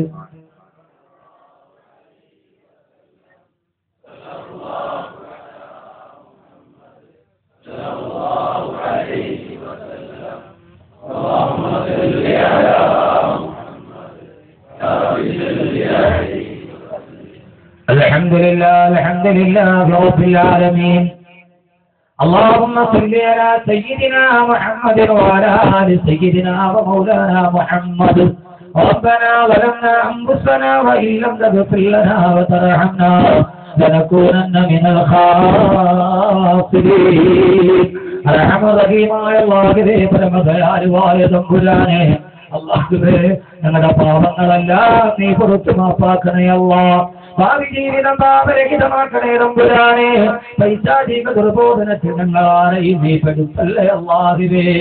ഈ പുണ്യമായ സദസ്സിൽ നൂറുകണക്കിന് ആലിമീങ്ങളും ഹാഫിളീങ്ങളും ഇരിക്കുന്ന ഈ സദസ്സ്, ബഹുമാനനായ സയ്യിദുള്ള ഈ സദസ്സ്, അല്ലാഹുവേ 6666 രൂപ വാഗ്ദാനം ചെയ്ത ഈ ജാമിഅ മില്ലിയ്യക്ക് വേണ്ടി ഏറ്റവും നല്ല സദഖ ഖിയാമത്ത് നാൾ വരെ അവിടെ മുത്തഅഖിദീങ്ങൾ ഖുർആൻ ഓതുന്നു. അത് ഖബറിലേക്കും ജീവിതത്തിലേക്കും എത്തുന്ന സദഖ. ഈ വാഗ്ദാനം ചെയ്ത സഹോദരങ്ങൾ അവരുടെ ഹലാലായ മുറാദുകൾ ഹാസിലാക്കണേ തമ്പുരാനെ. അവരുടെ ശരീരത്തിന് നീ ആരോഗ്യം നൽകണേ അല്ലാഹുവേ. എന്തെങ്കിലും രോഗങ്ങൾ അവർക്കുണ്ടെങ്കിൽ നീ ശിവ നൽകണേ അല്ലാഹ്. നീ ശിവ നൽകണേ തമ്പുരാനെ. ഈ പറഞ്ഞ സഹോദരങ്ങൾ മരിക്കുന്നത് വരെ കീറി മുറിക്കപ്പെടുന്ന രോഗങ്ങളിൽ നിന്ന് നീ അവരെ കാക്കണേ തമ്പുരാനെ. അല്ലാഹുവേ ശരീരത്തിന് വേദന വരുന്ന ഒരവസ്ഥ വരുത്തല്ലേ അല്ലാഹ്. അവർക്ക് ആരോഗ്യത്തോടുകൂടിയുള്ള ദീർഘായുസ് നൽകി അവരുടെ സാമ്പത്തിക മേഖല ഏതാണോ അതിൽ ബറക്കത്ത് നൽകണേ തമ്പുരാനെ. എല്ലാവിധ കഷ്ടനഷ്ടങ്ങളിൽ നിന്ന് കാക്കണേ അല്ലാഹുവേ. അവരുടെ ഭാര്യമാരെ നീ സാലിഹാത്തുകളാക്കണേ തമ്പുരാനെ. സന്തോഷമുള്ള ജീവിതം നൽകണേ അല്ലാഹ്. അവരുടെ മാതാപിതാക്കൾ മരിച്ചുപോയവർക്ക് ഖബറിടം വിശാലമാക്കണേ അല്ലാഹുവേ. ഖബറിടം വിശാലമാക്കണേ അല്ലാഹുവേ. കഷ്ടപ്പെട്ട മക്കൾ വളർത്തിക്കൊടുത്ത ഈ മക്കൾ ചെയ്ത സദഖയുടെ ബറക്കത്ത് കൊണ്ട് അവരെ ഖബർ നീ സ്വർഗ്ഗപൂന്തോപ്പാക്കണേ തമ്പുരാനെ. അല്ലാഹുവേ അവർക്കോ കുടുംബത്തിലോ ആർക്കും ഒരു മാരക രോഗവും നീ വരുത്തല്ലേ അല്ലാഹ്. സദഖ ചെയ്തത് ഏറെ ഇല്ലായിട്ടല്ല, ഉള്ളതിൽ നിന്നാണ് അല്ലാഹുവേ. മരണപ്പെട്ട ഉപ്പാക്ക് വേണ്ടി പറഞ്ഞവരുണ്ട്. അല്ലാഹുവേ നീ ആ സദഖ സ്വീകരിക്കണേ തമ്പുരാനെ. സ്വീകരിക്കണേ തമ്പുരാനെ. ഉപ്പാന്റെ കബറിടത്തിലെ പ്രതിഫലം എത്തിക്കണേ അല്ലാഹുവേ. പടച്ചവനെ ഇവരുടെ മക്കളെ നീ 6666 ആയത്തുകൾ കാണാതെ പഠിക്കുന്ന ഹാഫിളീങ്ങളാക്കണേ അല്ലാഹ്. ഹാഫിളീങ്ങളാക്കണേ തമ്പുരാനെ. അല്ലാഹുവേ നാളെ ഇപ്പ മരിച്ചു കിടക്കുമ്പോ ഉപ്പാന്റെ പുറകില് കൈകെട്ടി ആത്മാർത്ഥതയോടെ മയ്യത്ത് നിസ്കരിക്കുന്ന മക്കളാക്കണേ അല്ലാഹ്. മരിച്ചു കിടന്നാല് ഖബറിന്റെ ചാരത്ത് വന്ന് യാസീൻ ഓതി ദുആ ചെയ്യുന്ന മക്കളാക്കണേ റബ്ബേ. അനുസരണയുള്ള മക്കളാക്കണേ അല്ലാഹുവേ. വാർദ്ധക്യകാലത്ത് അവരെ താങ്ങി നിർത്തുന്ന മക്കളാക്കണേ അല്ലാഹ്. നാളെ ഈ ഉപ്പാന്റെ ഉമ്മാന്റെ കൈ പിടിച്ചിട്ട് സ്വർഗത്തിലേക്ക് കടന്നു ചെല്ലുന്ന മക്കളാക്കണേ തമ്പുരാനെ. നാളെ സ്വർഗത്തില് ഇങ്ങളുടെ മാതാപിതാക്കൾക്ക് കനക കിരീടം നീ തലയിൽ വെച്ച് കൊടുക്കുമല്ലോ അല്ലാഹുവേ. ഈ മാതാപിതാക്കൾക്ക് 7 സഹോദരങ്ങൾ അല്ലാഹുവേ, അവർക്ക് ആ കനക കിരീടം നീ തലയിൽ നൽകണേ അല്ലാഹ്. ഞങ്ങളെ ഈ നന്മയുടെ വഴിയിലേക്ക് വിട്ട ഈ വിനീതന്റെ പാവപ്പെട്ട ഉമ്മയ്ക്ക് നീ അത് നൽകണേ തമ്പുരാനെ. കയ്യിൽ കിടന്ന ഒരു സ്വർണ്ണ മോതിരം തന്ന ഈ സഹോദരി, ഈ മോതിരം ഏത് വിരലിൽ കിടന്നോ അതിന് പകരം സ്വർഗത്തിലെ മോതിരം നീ നൽകണേ തമ്പുരാനെ. ഫാത്തിമയെ പോലെ നല്ല പെൺമക്കളെ കൊടുക്കണേ അല്ലാഹ്. ഹസൻ ഹുസൈനെ പോലെ നല്ല ആൺമക്കളെ കൊടുക്കണേ അല്ലാഹ്. ആ സഹോദരിയെ ജീവിതത്തിലെ ഏറ്റവും നല്ല സൗഭാഗ്യത്തിൽ പെടുത്തണേ തമ്പുരാനെ. സയ്യിദുനാ മുഹമ്മദ് അല്ലാഹു കബൂലാക്കട്ടെ. ഞാൻ 666 വരും. അടുത്ത ഒരു 7 പേരും കൂടി ഉണ്ടാവും. പെട്ടെന്ന് പറഞ്ഞ ഇൻഷാ അല്ലാഹ് വിഷയത്തിലേക്ക് പോകും. ജീവിതത്തിൽ ഞാനൊരിക്കലും നെടുമങ്ങാട് പ്രസംഗിക്കുകയാണ്. ഇതൊരിക്കലും പാഴാവില്ല, ഉറപ്പാണ്. എത്ര കഷ്ടത സഹിച്ചാലും അല്ലാഹു സ്വീകരിക്കട്ടെ.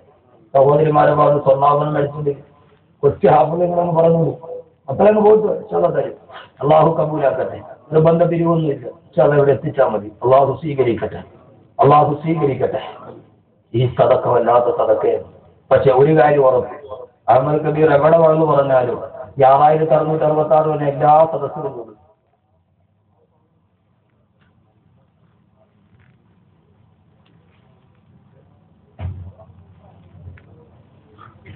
അല്ലാഹു സുബ്ഹാനഹു വ തആല കബൂലാക്കട്ടെ. തഖബ്ബൽ അല്ലാഹ്. ഒരു നല്ല ചെറുപ്പക്കാരൻ അല്ലാഹു സ്വീകരിക്കട്ടെ. അവനെ അല്ലാഹു എനിക്ക് നല്ല ഭാവി തരട്ടെ. രണ്ടാമത് അടുത്ത 7 പേരാണ് ചോദിക്കുന്നത്. ഒന്ന് ചെറുപ്പക്കാരൻ അല്ലാഹു സ്വീകരിക്കട്ടെ. കൈവയ്ക്കാൻ വേണ്ടി തല്ലിമീങ്ങൾ അവിടെ വന്നോളൂ. രണ്ടാമതൊരാൾ ഒരു ആ ഭാഗത്തോടെ കൊണ്ട് പെട്ടെന്ന് ചോദിച്ചു. ആശിന്റെ തണല് കിട്ടുന്ന 7 വിഭാഗം ആളുകളാണ്. ഞാൻ പൂന്തറയിൽ ഓതുമ്പോ എല്ലാ പെരുന്നാളും എനിക്ക് ഒരു ജോലി ഡ്രസ്സ് വാങ്ങിച്ചൊരു പൂന്തറയിലുള്ള ഒരു ഉമ്മ എല്ലാ പെരുന്നാളും വാങ്ങിച്ചു. വൈകുന്നേരം ഞാൻ പോകുമ്പോൾ അവിടെ പോയി ഭക്ഷണം കഴിക്കും. ഞാൻ അന്നയിച്ചൊരു വാത് പറയും, സ്ത്രീകൾക്കൊക്കെ വാത് പറയും. ഭയങ്കര കാര്യമാണ് അവിടെ പൂന്തറക്കാർക്ക് എന്നോട്. അവസാനം ഞാൻ അവിടെ നിന്ന് വാക്യാപ്പിയും തിരിച്ച് ഇടുക്കി തൂക്കുപാലത്തെ കത്തി പോയി. പെരുന്നാൾ റമദാനൊക്കെ കഴിഞ്ഞ് നല്ല ചാകര. റമദാനൊക്കെ കഴിഞ്ഞ് പൈസയൊക്കെ എണ്ണി ഇഷ്ടംപോലെ ഡ്രസ്സൊക്കെ അന്ന് കിട്ടി. ഞാൻ അതിലൊക്കെ ആദ്യ കത്തിവായിട്ടുണ്ട് മതിമറന്ന് ഇങ്ങനെ ഇരിക്കാൻ. പിറ്റേ ദിവസം പെരുന്നാൾ തക്കിവിറക്കം മുഴങ്ങി. ഒരു ഫോൺ നീ ഉമ്മയാന്ന് വിളിക്കണം, മോനെ ഇത്രയും നാൾ നീ എന്റെ പുതിയ വസ്ത്രം മേടിക്കാനുണ്ട്, ഇപ്രാവശ്യം നീ വരുന്നില്ലെന്ന്. അപ്പോഴാണ് ഞാൻ എത്തിപ്പോയത്. എനിക്കുള്ള വസ്ത്രം വാങ്ങിച്ച ഉമ്മ കാത്തിരുന്നു. പെരുന്നാൾ കഴിഞ്ഞ വൈകുന്നേരം ഞാൻ വണ്ടി കയറി അവിടെ പോയി ആ വസ്ത്രം വാങ്ങിച്ചു മേടിച്ചു. പിറ്റേ പെരുന്നാൾ വസ്ത്രം തരാൻ എനിക്ക് ആ ഉമ്മ ഉണ്ടായില്ല. ഇത് മരണപ്പെട്ടു. അള്ളാഹു കബറിടം വിശാലമാക്കി കൊടുക്കട്ടെ. ആ ഉമ്മയെ നിങ്ങൾ കണ്ടിട്ടില്ല. ഞാൻ വിലോചിക്കറിയാം, നമ്മുടെ പട്ടണ മാമയുടെ ഭാര്യ. പട്ടണ മാമ എന്ന് പറയുന്ന ആള്, ഞാൻ എന്റെ അവസ്ഥ പറഞ്ഞല്ലോ, ഓരോ അവധിക്ക് മുമ്പ് 100-200 തരുമാണ് കിതാബ് വാങ്ങിച്ച വണ്ടിക്കൂലിക്ക്. അപ്പോളോ ഹോസ്പിറ്റലിൽ അദ്ദേഹത്തിന് 8 പേര് മേജർ ശസ്ത്രക്രിയ. എല്ലാ ഡോക്ടർമാരും തള്ളി. ഓപ്പറേഷൻ തിയേറ്ററിൽ വെച്ചിട്ട് പറഞ്ഞു, മോനെ നിന്റെ വാപ്പയാണ് വിളിക്കുന്നത്. അദ്ദേഹത്തിനോട് പറഞ്ഞ വാക്കാണ്. ഞാൻ തിരിച്ചിറങ്ങുമെന്ന് അറിയില്ല, നീ ദുആ ചെയ്തു. അന്നും അതിന്റെ സദസ്സിൽ ദുആ ചെയ്തത്. ഇപ്പോഴും ആരോഗ്യത്തോടെ ജീവിക്കുന്നു. അള്ളാഹു ആരോഗ്യത്തോടെ ദീർഘായുസ്സ് കൊടുക്കട്ടെ. ഈ മുത്തല്ലിമീങ്ങൾ മാറ്റുന്നൊരു ബന്ധം വലുതാണ്. ഞാൻ കാമിരിക്കുമ്പോൾ ഹാരിസ് മൗലവി എന്നോട് ഇത് പറഞ്ഞുകൊണ്ടിരിക്കുകയാണ്. അള്ളാഹു വാപ്പയുടെ രോഗം ശരിയാക്കി കൊടുക്കട്ടെ. അള്ളാഹു പൂർണ്ണ ശമനം നൽകട്ടെ. 3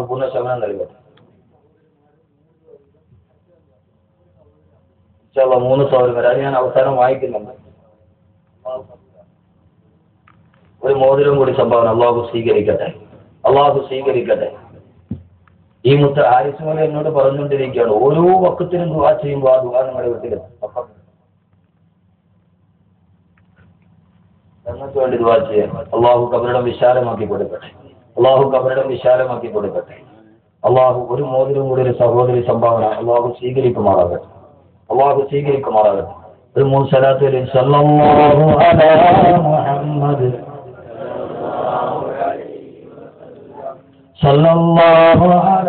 മുഹമ്മദ് സല്ലല്ലാഹു അലൈഹി വസല്ലം. اللهم صل على محمد والآل بالبيت وسلم.